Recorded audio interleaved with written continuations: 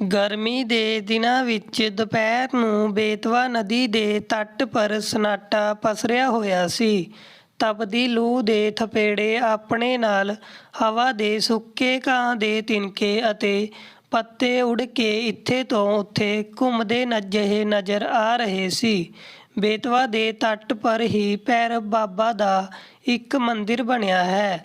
ਇਸ ਦੇ ਬਾਹਰ ਇੱਕ ਬੜਾ ਪਿੱਪਲ ਦਾ ਪੇੜ ਅਤੇ ਇੱਕ ਨਿੰਮ ਦਾ ਪੇੜ ਹੈ। ਇਹ ਦੋਨੋਂ ਪੇੜ ਗਰਮੀਆਂ ਦੇ ਦਿਨਾਂ ਵਿੱਚ ਸ਼ੀਤਲ ਘਣੀ ਛਾਂ ਦਿੰਦੇ ਹਨ। ਇਸੇ ਕਾਰਨ ਅਕਸਰ ਸ਼ਰਧਾਲੂ ਇੱਥੇ ਰੁਕ ਜਾਂਦੇ ਹਨ ਅਤੇ ਬਾਬਾ ਭੈਰਵਨਾਥ ਦੇ ਦਰਸ਼ਨ ਕਰ ਥੋੜ੍ਹੀ ਦੇਰ ਆਰਾਮ ਕਰਕੇ ਅੱਗੇ ਵੱਧ ਜਾਂਦੇ ਹਨ।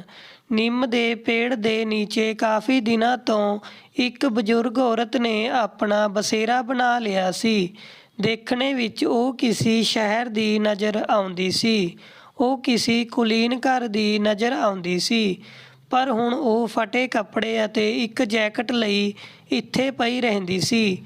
ਅੱਜ ਲਗਭਗ 16ਵਾਂ ਦਿਨ ਸੀ।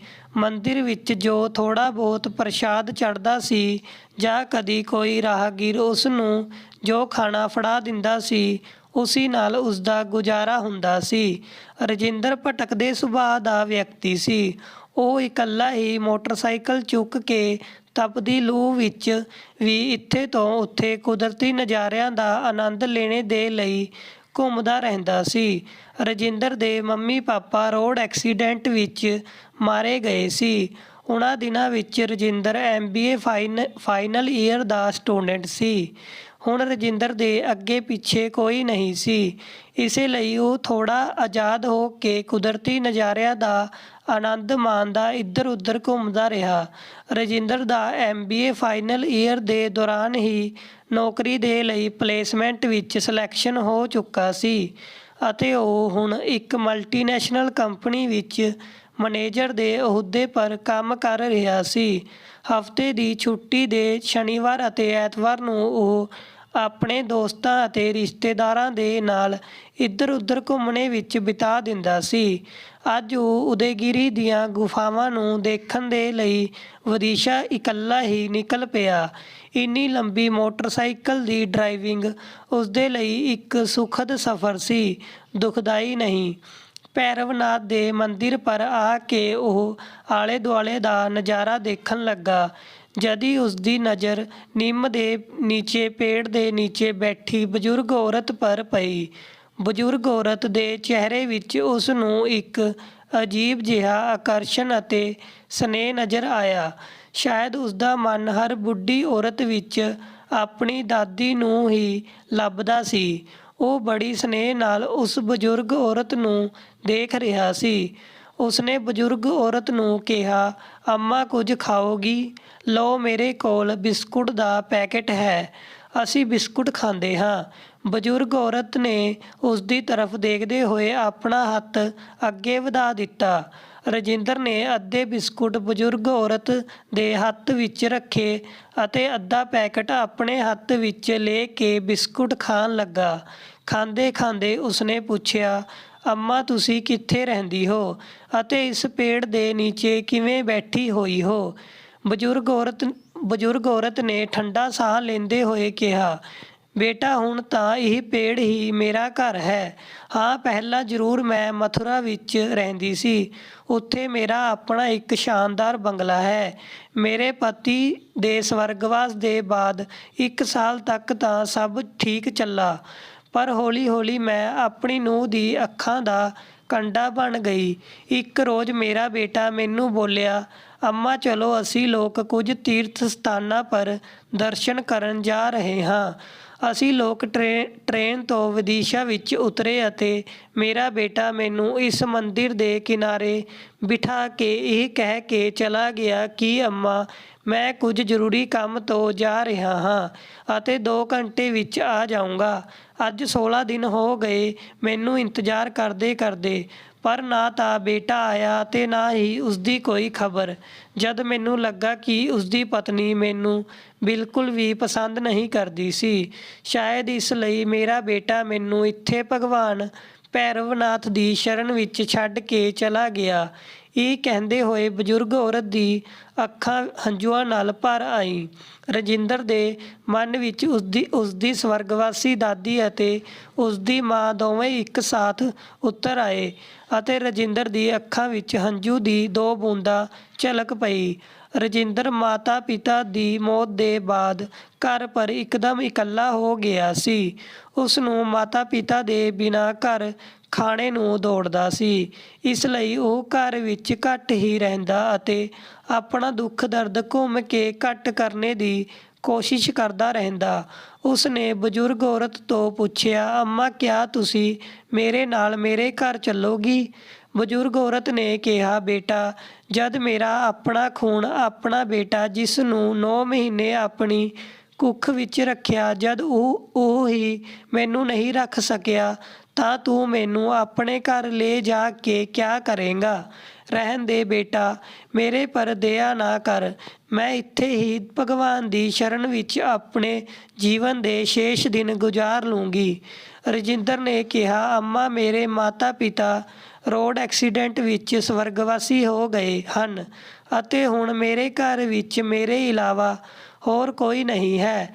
ਤੁਹਾਡੀ ਸ਼ਕਲ ਅਤੇ ਬੋਲਣੇ ਦਾ ਢੰਗ ਮੇਰੀ ਦਾਦੀ ਨਾਲ ਬਹੁਤ ਮਿਲਦਾ ਹੈ। ਜੇਕਰ ਤੁਸੀਂ ਮੇਰੇ ਨਾਲ ਰਹੋਗੀ ਤਾਂ ਮੇਰੇ ਲਈ ਕੋਈ ਦਿੱਕਤ ਨਹੀਂ ਹੋਗੀ, ਉਲਟਾ ਮੈਨੂੰ ਇੱਕ ਸਹਾਰਾ ਹੀ ਮਿਲ ਜਾਵੇਗਾ। ਘਰ ਆਉਣੇ ਪਰ ਘੱਟ ਤੋਂ ਘੱਟ ਦੇਖਣੇ ਦੇ ਲਈ ਇੱਕ ਸੂਰਤ ਨਜ਼ਰ ਆਵੇਗੀ।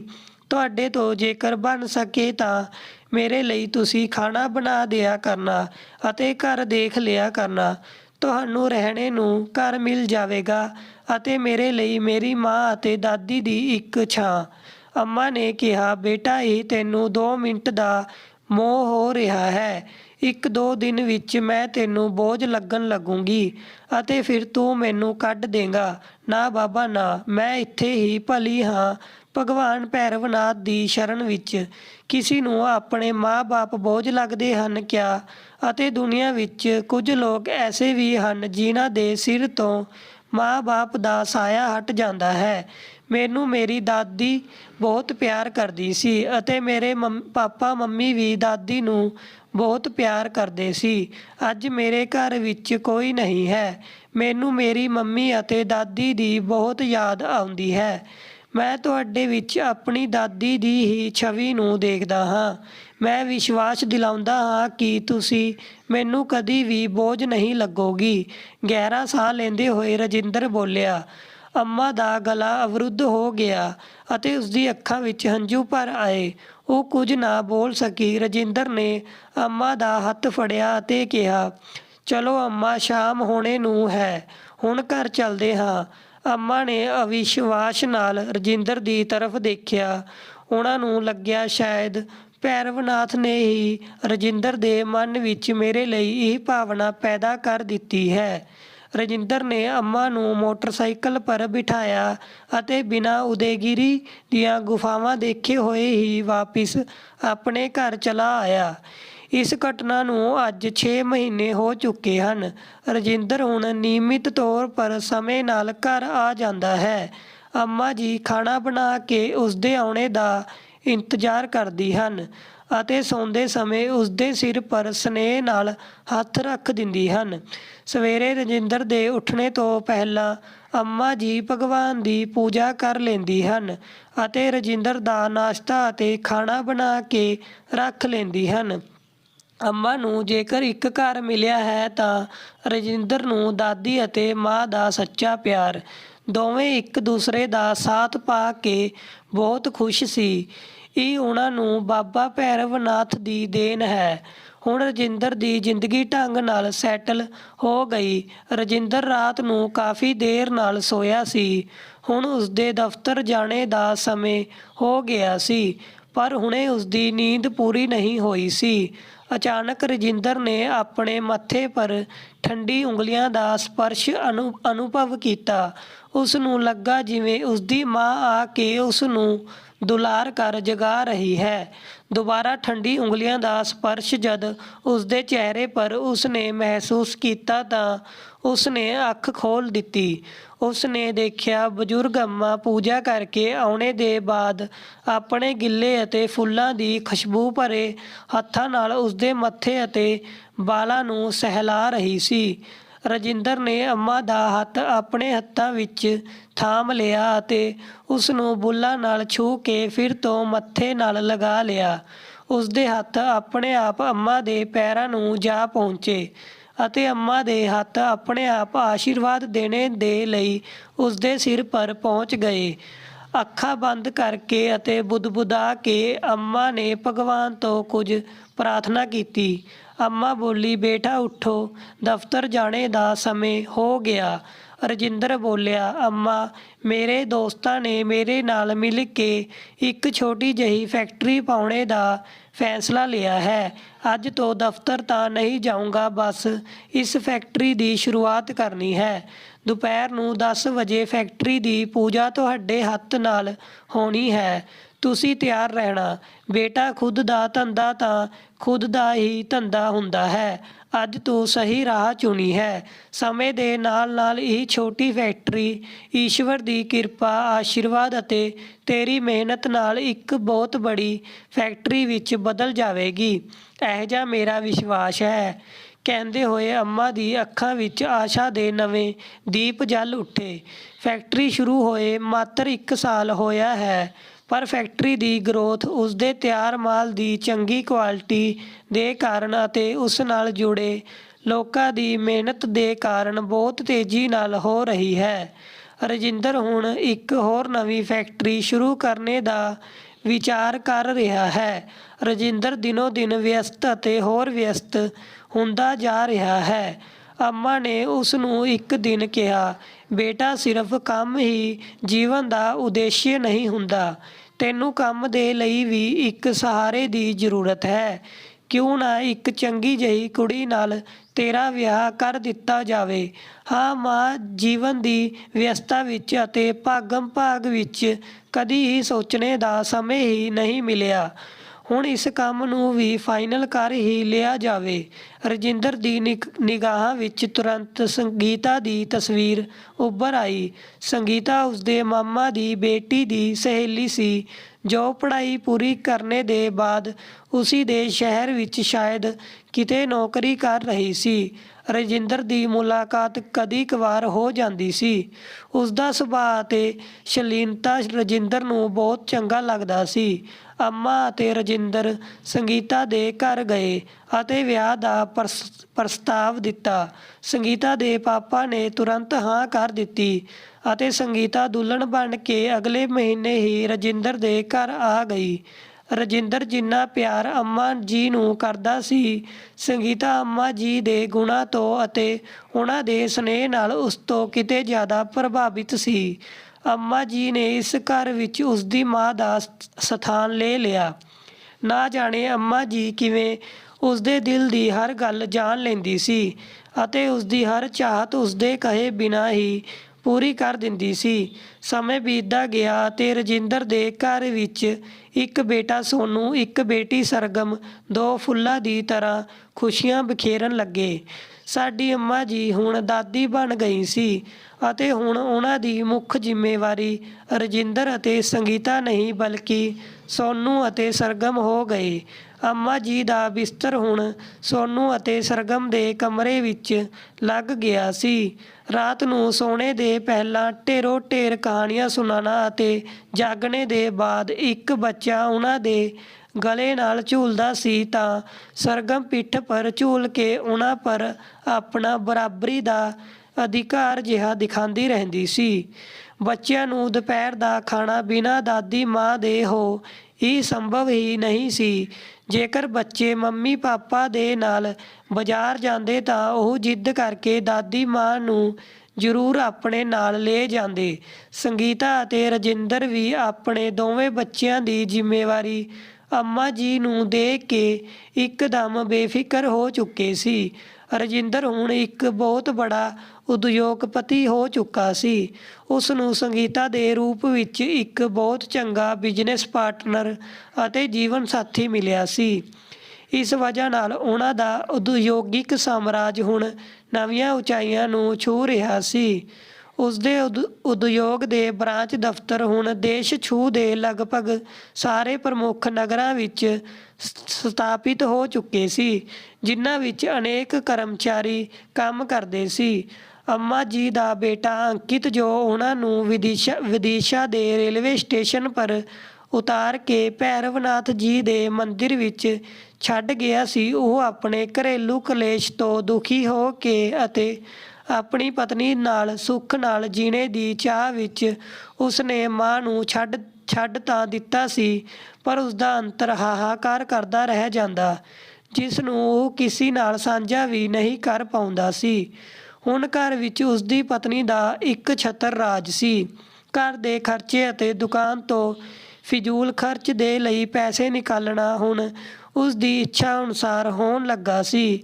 ਅਨਾਪ-ਸ਼ਨਾਪ ਤਰੀਕੇ ਨਾਲ ਬਿਜ਼ਨਸ ਮਨੀ ਨੂੰ ਕੱਢ ਕੇ ਕਿਤੇ ਹੋਰ ਵਰਤੋਂ ਦੇ ਕਾਰਨ ਹੌਲੀ-ਹੌਲੀ ਉਸਦਾ ਜਮਾ-ਜਮਾਇਆ ਕਾਰੋਬਾਰ, ਜੋ ਪਿਤਾ ਦੇ ਦੁਆਰਾ ਖੜਾ ਕੀਤਾ ਗਿਆ ਸੀ, ਮੰਦਾ ਪੈਣ ਲੱਗਾ ਅਤੇ ਘਾਟੇ ਵਿੱਚ ਜਾਣੇ ਦੇ ਅੰਤ ਇੱਕ ਦਿਨ ਉਸਨੇ ਦੁਕਾਨ ਬੰਦ ਕਰ ਦਿੱਤੀ। ਅੰਕਿਤ ਦੇ ਦੁਕਾਨ ਬੰਦ ਕਰਨੇ ਦੇ ਬਾਅਦ ਦੇ ਕੁਝ ਦਿਨ ਬੜੀ ਕਠਿਨਾਈ ਵਿੱਚ ਗੁਜ਼ਰੇ। ਹੁਣ ਅੰਕਿਤ ਨੂੰ ਅਤੇ ਉਸਦੀ ਪਤਨੀ ਨੂੰ ਦਾਲ ਆਟੇ ਦਾ ਭਾਅ ਪਤਾ ਚੱਲਣ ਲੱਗਾ ਅਤੇ ਹੁਣ ਫਿਜ਼ੂਲ ਖਰਚ ਦਾ ਤਾਂ ਕੋਈ ਸਵਾਲ ਹੀ ਨਹੀਂ ਸੀ। ਉਸਦੇ ਕਿਸੇ ਦੋਸਤ ਨੇ, ਜੋ ਬੜੀ ਕੰਪਨੀ ਵਿੱਚ ਕੰਮ ਕਰਦਾ ਸੀ, ਆਪਣੀ ਸਿਫਾਰਿਸ਼ ਪਰ ਉਸਦੀ ਨੌਕਰੀ ਆਪਣੀ ਕੰਪਨੀ ਵਿੱਚ ਲਗਵਾ ਦਿੱਤੀ ਅਤੇ ਇਸ ਤਰ੍ਹਾਂ ਨਾਲ ਅੰਕਿਤ ਦੀ ਜ਼ਿੰਦਗੀ ਦੀ ਗੱਡੀ ਫਿਰ ਤੋਂ ਚੱਲ ਨਿਕਲੀ। ਹੁਣ ਤੱਕ ਅੰਕਿਤ ਦੇ ਵੀ 2 ਬੱਚੇ ਹੋ ਚੁੱਕੇ ਸੀ। ਇੱਕ ਵਾਰ ਠੋਕਰ ਖਾਣੇ ਦੇ ਬਾਅਦ ਅੰਕਿਤ ਹੁਣ ਕੰਪਨੀ ਵਿੱਚ ਵੀ ਬਹੁਤ ਮਨ ਲਗਾ ਕੇ ਕੰਮ ਕਰਿਆ ਕਰਦਾ ਸੀ। ਹੁਸ਼ਿਆਰ ਤਾਂ ਉਹ ਸੀ ਹੀ, ਮਨ ਲਗਾ ਕੇ ਕੰਮ ਕਰਨੇ ਦੇ ਕਾਰਨ ਉਸ ਨੂੰ ਫੈਕਟਰੀ ਵਿੱਚ ਉਚਿਤ ਸਨਮਾਨ ਮਿਲਣ ਲੱਗਾ। ਹੁਣ ਉਹ ਆਪਣੀ ਫੈਕਟਰੀ ਦਾ ਇੱਕ ਮਹੱਤਵਪੂਰਨ ਕਰਮਚਾਰੀ ਹੋ ਗਿਆ। ਅੰਕਿਤ ਦੀ ਕੰਪਨੀ ਦੀ ਸਥਾਪਨਾ ਦੀ ਵਰ੍ਹੇਗੰਢ ਦਾ ਸਾਲਾਨਾ ਸਮਾਰੋਹ ਸੀ। ਸਾਰੇ ਕਰਮਚਾਰੀਆਂ ਦੀ ਕਾਰਗੁਜ਼ਾਰੀ ਦੇ ਆਧਾਰ 'ਤੇ ਇਨਾਮਾਂ ਦੀ ਵੰਡ ਕੀਤੀ ਜਾਣੀ ਸੀ। ਅੰਕਿਤ ਮਿਹਨਤੀ ਤਾਂ ਸੀ, ਕਾਬਲ ਵੀ ਸੀ। ਉਸ ਨੂੰ ਵੀ ਯੋਗਤਾ ਦੇ ਲਈ ਪੁਰਸਕਾਰ ਮਿਲਣਾ ਸੀ। ਇਹ ਪੁਰਸਕਾਰ ਉਹਨਾਂ ਦੀ ਕੰਪਨੀ ਦੇ ਮਾਲਿਕ ਦੇ ਦੁਆਰਾ ਦਿੱਤਾ ਜਾਣਾ ਸੀ। ਇਨਾਮ ਵੰਡ ਸਮਾਰੋਹ ਨਿਰਧਾਰਿਤ ਮਿਤੀ ਨੂੰ ਸ਼ੁਰੂ ਹੋਇਆ। ਇਹ ਪਹਿਲੀ ਵਾਰ ਸੀ ਜਦ ਮਥੁਰਾ ਦੇ ਕਰਮਚਾਰੀ ਆਪਣੇ ਮਾਲਿਕ, ਆਪਣੀ ਕੰਪਨੀ ਦੇ ਮੈਨੇਜਿੰਗ ਡਾਇਰੈਕਟਰ ਨਾਲ ਰੂਬਰੂ ਹੋ ਰਹੇ ਸੀ। ਅੱਜ ਉਹਨਾਂ ਦੀ ਫੈਕਟਰੀ ਵਿੱਚ ਅਤੇ ਉਹਨਾਂ ਦੀ ਕੰਪਨੀ ਵਿੱਚ ਵਿਸ਼ੇਸ਼ ਦਿਨ ਸੀ। ਮੈਨੇਜਿੰਗ ਡਾਇਰੈਕਟਰ ਆਪਣੀ ਮਾਂ ਅਤੇ ਬੱਚਿਆਂ ਦੇ ਨਾਲ ਪ੍ਰੋਗਰਾਮ ਵਿੱਚ ਸ਼ਿਰਕਤ ਕਰਨੇ ਦੇ ਲਈ ਆ ਰਹੇ ਸੀ। ਪ੍ਰੋਗਰਾਮ ਸ਼ੁਰੂ ਹੋਇਆ ਅਤੇ ਪੁਰਸਕਾਰ ਵੰਡਣ ਦੇ ਲਈ ਮੈਨੇਜਿੰਗ ਡਾਇਰੈਕਟਰ ਸਾਹਿਬ ਨੂੰ ਬੇਨਤੀ ਕੀਤੀ ਗਈ। ਮੈਨੇਜਿੰਗ ਡਾਇਰੈਕਟਰ ਸਟੇਜ ਪਰ ਆਏ ਅਤੇ ਉਹਨਾਂ ਨੇ ਕਿਹਾ, ਅੱਜ ਸਾਡੀ ਕੰਪਨੀ ਜੋ ਕੁਝ ਵੀ ਹੈ, ਸਾਡੀ ਅੰਮਾ ਜੀ ਦੇ ਆਸ਼ੀਰਵਾਦ ਨਾਲ, ਅੰਮਾ ਜੀ ਦੀ ਪ੍ਰੇਰਨਾ ਨਾਲ ਹੈ। ਮੈਂ ਇਨਾਮ ਵੰਡਣ ਦਾ ਸਹੀ ਅਧਿਕਾਰੀ ਨਹੀਂ ਹਾਂ। ਮੈਂ ਅੰਮਾ ਜੀ ਨੂੰ ਬੇਨਤੀ ਕਰਦਾ ਹਾਂ ਕਿ ਕਿਰਪਾ ਕਰਕੇ ਉਹ ਆਉਣ ਅਤੇ ਆਪਣੇ ਹੱਥਾਂ ਨਾਲ ਸਾਡੇ ਸਾਰੇ ਕਰਮਚਾਰੀਆਂ ਨੂੰ ਇਨਾਮ ਵੰਡਣ। ਅੰਮਾ ਜੀ ਸਟੇਜ ਪਰ ਆਈ। ਉਹਨਾਂ ਦੀ ਯਾਦਾਂ ਵਿੱਚ ਇਹ ਸ਼ਹਿਰ ਫਿਰ ਤੋਂ ਜਿੰਦਾ ਹੋ ਉੱਠਾ। ਇਸੀ ਮਥੁਰਾ ਸ਼ਹਿਰ ਵਿੱਚ ਤਾਂ ਉਹ ਵਿਆਹ ਕੇ ਆਈ ਸੀ। ਇੱਥੇ ਹੀ ਉਹਨਾਂ ਦਾ ਬੇਟਾ ਸੀ ਅਤੇ ਇੱਥੇ ਹੀ ਉਹਨਾਂ ਦੀ ਹਵੇਲੀ ਵੀ। ਅੰਮਾ ਜੀ ਦੀ ਅੱਖਾਂ ਤੋਂ ਹੰਝੂ ਵਹਿ ਨਿਕਲੇ। ਉਹ ਆਪਣੀ ਅੱਖਾਂ ਪੂੰਝਦੇ ਹੋਏ ਸਟੇਜ ਪਰ ਆਈ। ਘੋਸ਼ਣਾਕਰਤਾ ਭਾਗੀਦਾਰਾਂ ਦੇ ਨਾਮ ਬੋਲਦਾ ਰਿਹਾ ਅਤੇ ਅੰਮਾ ਜੀ ਉਹਨਾਂ ਨੂੰ ਇੱਕ-ਇੱਕ ਕਰਕੇ ਇਨਾਮ ਦਿੰਦੀ ਗਈ। ਜਦੀ ਘੋਸ਼ਣਾਕਰਤਾ ਨੇ ਇੱਕ ਹੋਰ ਨਾਮ ਪੁਕਾਰਿਆ, ਅੰਕਿਤ ਜਸਵਾਲ। ਅੰਮਾ ਜੀ ਦੇ ਚਿਹਰੇ ਪਰ ਇਹ ਨਾਮ ਸੁਣ ਕੇ ਨਾ ਜਾਣੇ ਕਿੰਨੇ ਭਾਵ ਆ ਗਏ। ਸਾਹਮਣੇ ਆਉਣੇ ਵਾਲਾ ਵਿਅਕਤੀ ਕੁਝ ਪਛਾਣਿਆ ਜਿਹਾ ਲੱਗ ਰਿਹਾ ਸੀ। ਅੰਮਾ ਜੀ ਨੇ ਧਿਆਨ ਨਾਲ ਦੇਖਿਆ। ਉਹ ਸੱਚਮੁੱਚ ਉਹਨਾਂ ਦਾ ਬੇਟਾ ਹੀ ਸੀ। ਅੰਕਿਤ ਜਸਵਾਲ, ਜੋ ਉਹਨਾਂ ਨੂੰ ਤੀਰਥ ਯਾਤਰਾ ਦਾ ਝਾਂਸਾ ਦੇ ਕੇ ਵਿਦਿਸ਼ਾ ਦੇ ਭੈਰਵਨਾਥ ਮੰਦਰ ਵਿੱਚ ਬੜੀ ਬੇਦਰਦੀ ਨਾਲ ਛੱਡ ਗਿਆ ਸੀ। ਇੱਕ ਵਾਰ ਵੀ ਉਸ ਨੂੰ ਆਪਣੀ ਮਾਂ ਦਾ ਖਿਆਲ ਨਹੀਂ ਆਇਆ ਸੀ। ਸ਼ਾਇਦ ਤੜਫ ਕੇ ਮਰ ਗਈ ਹੁੰਦੀ ਮੈਂ, ਜੇਕਰ ਮੇਰਾ ਬੇਟਾ ਰਜਿੰਦਰ ਮੈਨੂੰ ਨਾ ਲੈ ਕੇ ਆਉਂਦਾ। ਅੰਮਾ ਜੀ ਦੀ ਅੱਖਾਂ ਵਿੱਚ ਪਿਆਰ ਅਤੇ ਨਫ਼ਰਤ ਇੱਕ ਨਾਲ ਉੱਭਰ ਆਏ। ਉਹਨਾਂ ਨੂੰ ਐਸਾ ਮਹਿਸੂਸ ਹੋਇਆ ਜਿਵੇਂ ਸਾਰੀ ਦੁਨੀਆ ਤੇਜ਼ ਘੁੰਮ ਰਹੀ ਹੋ। ਬੜੀ ਮੁਸ਼ਕਿਲ ਨਾਲ ਉਹਨਾਂ ਨੇ ਆਪਣੇ ਆਪ ਨੂੰ ਸੰਭਾਲਿਆ। ਅੰਮਾ ਜੀ ਨੇ ਅਜਨਬੀ ਵਾਂਗ ਅੰਕਿਤ ਨੂੰ ਇਨਾਮ ਥਮਾ ਦਿੱਤਾ ਅਤੇ ਆਪਣਾ ਮੂੰਹ ਦੂਸਰੀ ਤਰਫ ਕਰ ਲਿਆ। ਅੰਕਿਤ ਨੇ ਧਿਆਨ ਨਾਲ ਦੇਖਿਆ। ਇਨਾਮ ਦੇਣੇ ਵਾਲੀ ਮਹਿਲਾ ਕੋਈ ਹੋਰ ਨਹੀਂ, ਉਸਦੀ ਆਪਣੀ ਮਾਂ ਸੀ। ਦੇਖਦੇ ਹੀ ਉਸਦੇ ਹੋਸ਼ ਉੱਡ ਗਏ, ਪਸੀਨੇ ਛੁੱਟ ਗਏ ਸੀ ਉਸਦੇ। ਉਹ ਮਾਂ ਦੇ ਪੈਰਾਂ ਵਿੱਚ ਗਿਰ ਪਿਆ। ਉਸ ਨੂੰ ਵਿਸ਼ਵਾਸ ਹੀ ਨਹੀਂ ਹੋ ਰਿਹਾ ਸੀ ਕਿ ਇੰਨੇ ਬੜੇ ਸਾਮਰਾਜ ਦੀ ਮਾਲਕਿਨ ਉਸਦੀ ਮਾਂ ਹੀ ਹੈ। ਅੰਕਿਤ ਨੇ ਹੱਥ ਜੋੜ ਕੇ ਮਾਂ ਤੋਂ ਮਾਫ਼ੀ ਮੰਗੀ ਅਤੇ ਕਿਹਾ ਕਿ ਮਾਂ ਚਲੋ, ਘਰ ਚੱਲਣਾ ਹੈ। ਮਾਂ ਨੇ ਕਿਹਾ, ਕੈਸੀ ਮਾਂ, ਕੈਸਾ ਘਰ? ਮੇਰਾ ਤਾਂ ਬੇਟਾ ਉਸੀ ਦਿਨ ਮਰ ਚੁੱਕਾ ਸੀ ਜਿਸ ਦਿਨ ਮੈਨੂੰ ਬੇਤਵਾ ਨਦੀ ਦੇ ਕਿਨਾਰੇ ਛੱਡ ਕੇ ਆਇਆ ਸੀ। ਅੱਜ ਦੇ ਬਾਅਦ ਨਾ ਮੈਂ ਤੇਰੀ ਮਾਂ ਅਤੇ ਨਾ ਹੀ ਤੂੰ ਮੇਰਾ ਬੇਟਾ ਹੈ, ਕਹਿ ਕੇ ਅੰਮਾ ਜੀ ਇਨਾਮ ਵੰਡ ਵਿੱਚ ਹੀ ਛੱਡ ਕੇ ਆਪਣੀ ਸੀਟ ਪਰ ਜਾ ਬੈਠੀ।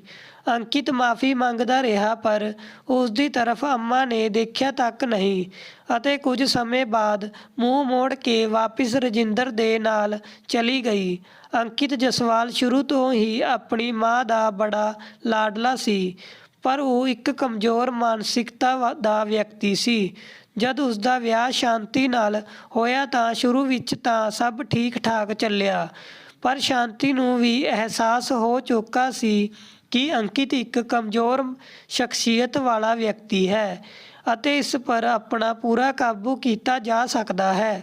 ਅੰਕਿਤ ਦੇ ਪਿਤਾ ਦੀ ਮੌਤ ਦੇ ਬਾਅਦ ਘਰ ਅਤੇ ਦੁਕਾਨ ਦੀ ਸਾਰੀ ਜ਼ਿੰਮੇਵਾਰੀ ਅੰਕਿਤ ਦੇ ਕੋਲ ਹੀ ਆ ਗਈ। ਅੰਕਿਤ ਵੈਸੇ ਤਾਂ ਹੁਸ਼ਿਆਰ ਵਿਅਕਤੀ ਸੀ, ਪਰ ਉਹ ਆਪਣੀ ਪਤਨੀ ਸ਼ਾਂਤੀ ਦਾ ਕਹਿਣਾ ਕਦੀ ਨਹੀਂ ਟਾਲ ਪਾਉਂਦਾ ਸੀ। ਉਹ ਉਸਦੀ ਸਹੀ ਅਤੇ ਗਲਤ ਮੰਗ ਹਮੇਸ਼ਾ ਪੂਰੀ ਕਰਦਾ ਰਹਿੰਦਾ ਸੀ। ਅੰਕਿਤ ਦੇ ਪਿਤਾ ਸੇਠ ਰੋਸ਼ਨ ਲਾਲ ਮਥੁਰਾ ਦੀ ਇੱਕ ਜਾਨੀ ਮਾਨੀ ਹਸਤੀ ਸੀ। ਉਹਨਾਂ ਦੀ ਕਿਰਾਨੇ ਦੀ ਅਤੇ ਡਰਾਈ ਫਰੂਟ ਦੀ ਇੱਕ ਬਹੁਤ ਬੜੀ ਦੁਕਾਨ ਸੀ। ਰੋਸ਼ਨ ਲਾਲ ਕਿਰਤੀ ਵਿਅਕਤੀ ਸੀ ਅਤੇ ਪੈਸੇ ਨੂੰ ਸੰਭਾਲ ਕੇ ਖਰਚ ਕਰਨਾ ਜਾਣਦੇ ਸੀ। ਉਹ ਪੈਸੇ ਦੀ ਕਦਰ ਕਰਦੇ ਸੀ। ਇਸੇ ਕਾਰਨ ਘਰ ਵਿੱਚ ਬਹੁਤ ਖੁਸ਼ਹਾਲੀ ਸੀ, ਜੋ ਉਹਨਾਂ ਦੀ ਮੌਤ ਦੇ ਬਾਅਦ ਵੀ ਕਾਇਮ ਸੀ।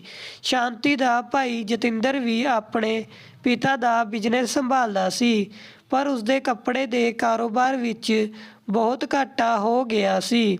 ਆਪਣੀ ਦੁਕਾਨ ਸੰਭਾਲਣੇ ਦੇ ਲਈ ਉਸ ਨੂੰ ਬਹੁਤ ਸਾਰੇ ਪੈਸਿਆਂ ਦੀ ਸਖਤ ਜ਼ਰੂਰਤ ਸੀ ਅਤੇ ਪੈਸਾ ਮਿਲਣੇ ਦਾ ਇੱਕ ਹੀ ਸਾਧਨ ਸੀ। ਉਹ ਸਭ ਤੋਂ ਸਰਲ ਸਾਧਨ ਵੀ ਸੀ। ਉਹ ਸੀ ਸ਼ਾਂਤੀ। ਆਪਣੀ ਭੈਣ ਦੇ ਘਰ ਉਹ ਸ਼ਾਂਤੀ ਦੇ ਕੋਲ ਪੈਸੇ ਮੰਗਣ ਆਇਆ। ਇੰਨੇ ਸਾਰੇ ਪੈਸੇ ਦਾ ਇੰਤਜ਼ਾਮ ਸ਼ਾਂਤੀ ਅੰਕਿਤ ਦੀ ਮਦਦ ਲਏ ਬਿਨਾਂ ਨਹੀਂ ਕਰ ਸਕਦੀ ਸੀ। ਜਦ ਉਸਨੇ ਅੰਕਿਤ ਤੋਂ 5 ਲੱਖ ਰੁਪਏ ਆਪਣੇ ਭਾਈ ਜਤਿੰਦਰ ਨੂੰ ਦੇਣੇ ਦੀ ਗੱਲ ਕਹੀ ਤਾਂ ਅੰਕਿਤ ਸੋਚ ਵਿਚਾਰ ਵਿੱਚ ਪੈ ਗਿਆ। ਸ਼ਾਮ ਨੂੰ ਅੰਕਿਤ ਨੇ ਇਹ ਸਾਰਾ ਘਟਨਾਕ੍ਰਮ ਆਪਣੀ ਮਾਂ ਨੂੰ ਸੁਣਾਇਆ। ਮਾਂ ਬਹੁਤ ਸਮਝਦਾਰ ਸੀ। ਉਹਨਾਂ ਨੇ ਕਿਹਾ, ਹੁਣੇ ਤੇਰਾ ਖੁਦ ਦਾ ਕਾਰੋਬਾਰ ਉਨਾ ਚੰਗਾ ਨਹੀਂ ਚੱਲ ਰਿਹਾ ਹੈ ਜਿੰਨਾ ਤੇਰੇ ਪਾਪਾ ਦੇ ਸਮੇਂ ਵਿੱਚ ਚੱਲਿਆ ਕਰਦਾ ਸੀ। ਇਸ ਸਮੇਂ ਇੰਨਾ ਸਾਰਾ ਪੈਸਾ ਕਾਰੋਬਾਰ ਵਿੱਚ ਤੋਂ ਕੱਢਣਾ ਕਾਰੋਬਾਰ ਨੂੰ ਹਮੇਸ਼ਾ ਦੇ ਲਈ ਖਤਮ ਕਰ ਦੇਗਾ। ਜੇਕਰ 10-50 ਹਜ਼ਾਰ ਦੀ ਗੱਲ ਹੈ ਤਾਂ ਤੂੰ ਆਪਣੇ ਸਾਲੇ ਨੂੰ ਤੁਰੰਤ ਪੈਸੇ ਦੇ ਸਕਦੇ ਹੋ, ਪਰ ਇੰਨਾ ਪੈਸਾ ਕਾਰੋਬਾਰ ਵਿੱਚ ਤੋਂ ਕੱਢ ਕੇ ਦੇਣੇ ਦੀ ਮੈਂ ਤੈਨੂੰ ਕਦੀ ਵੀ ਆਗਿਆ ਨਹੀਂ ਦੇਵਾਂਗੀ। ਜੀਵਨ ਵਿੱਚ ਪਹਿਲੀ ਵਾਰ ਅੰਕਿਤ ਨੇ ਮਾਂ ਦਾ ਹਵਾਲਾ ਦਿੰਦੇ ਹੋਏ ਬੜੇ ਸਾਹਸ ਨਾਲ ਸ਼ਾਂਤੀ ਨੂੰ 5 ਲੱਖ ਰੁਪਏ ਦੇਣੇ ਤੋਂ ਮਨਾ ਕਰ ਦਿੱਤਾ ਅਤੇ ਉਸਦਾ ਭਾਈ ਮੂੰਹ ਲਟਕਾ ਕੇ ਵਾਪਿਸ ਚਲਾ ਗਿਆ।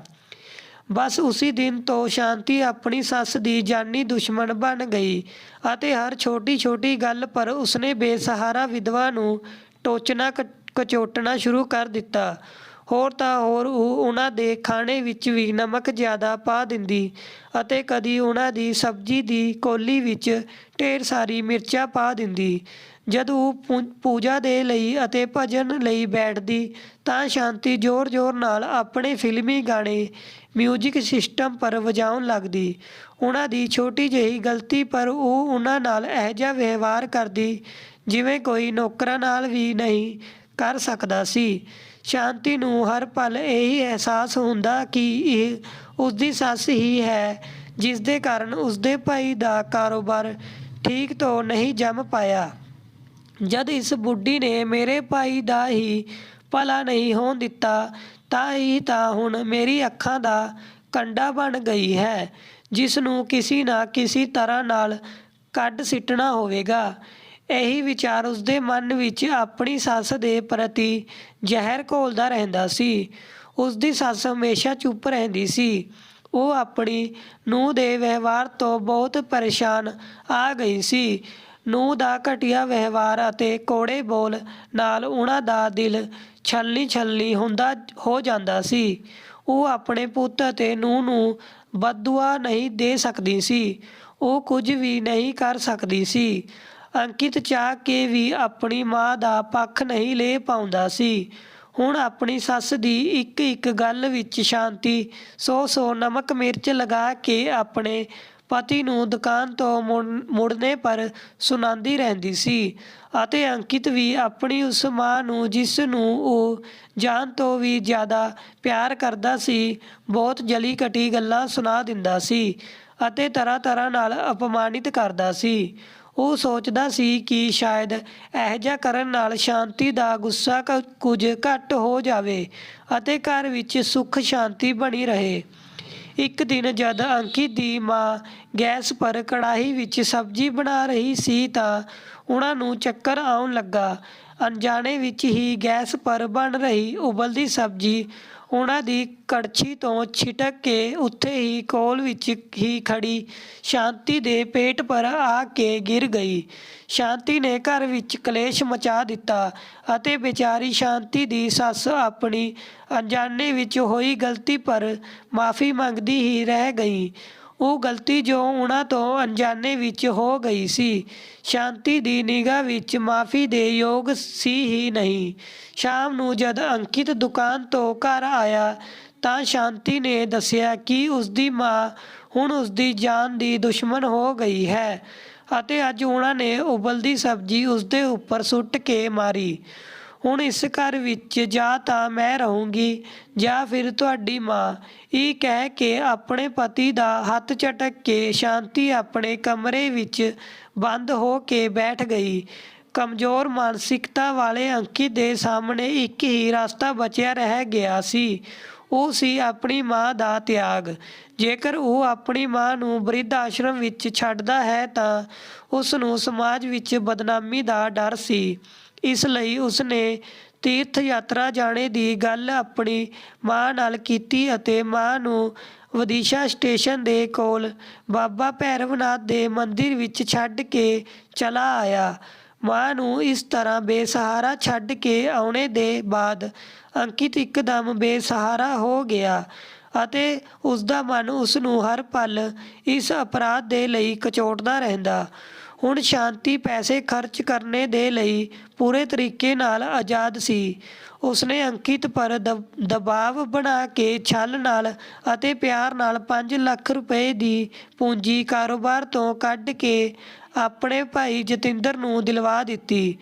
ਉਹਨਾਂ ਦਿਨਾਂ ਇੰਨੀ ਪੂੰਜੀ ਕਿਸੇ ਕਾਰੋਬਾਰ ਦੇ ਲਈ ਬਹੁਤ ਬੜੀ ਪੂੰਜੀ ਹੋਇਆ ਕਰਦੀ ਸੀ।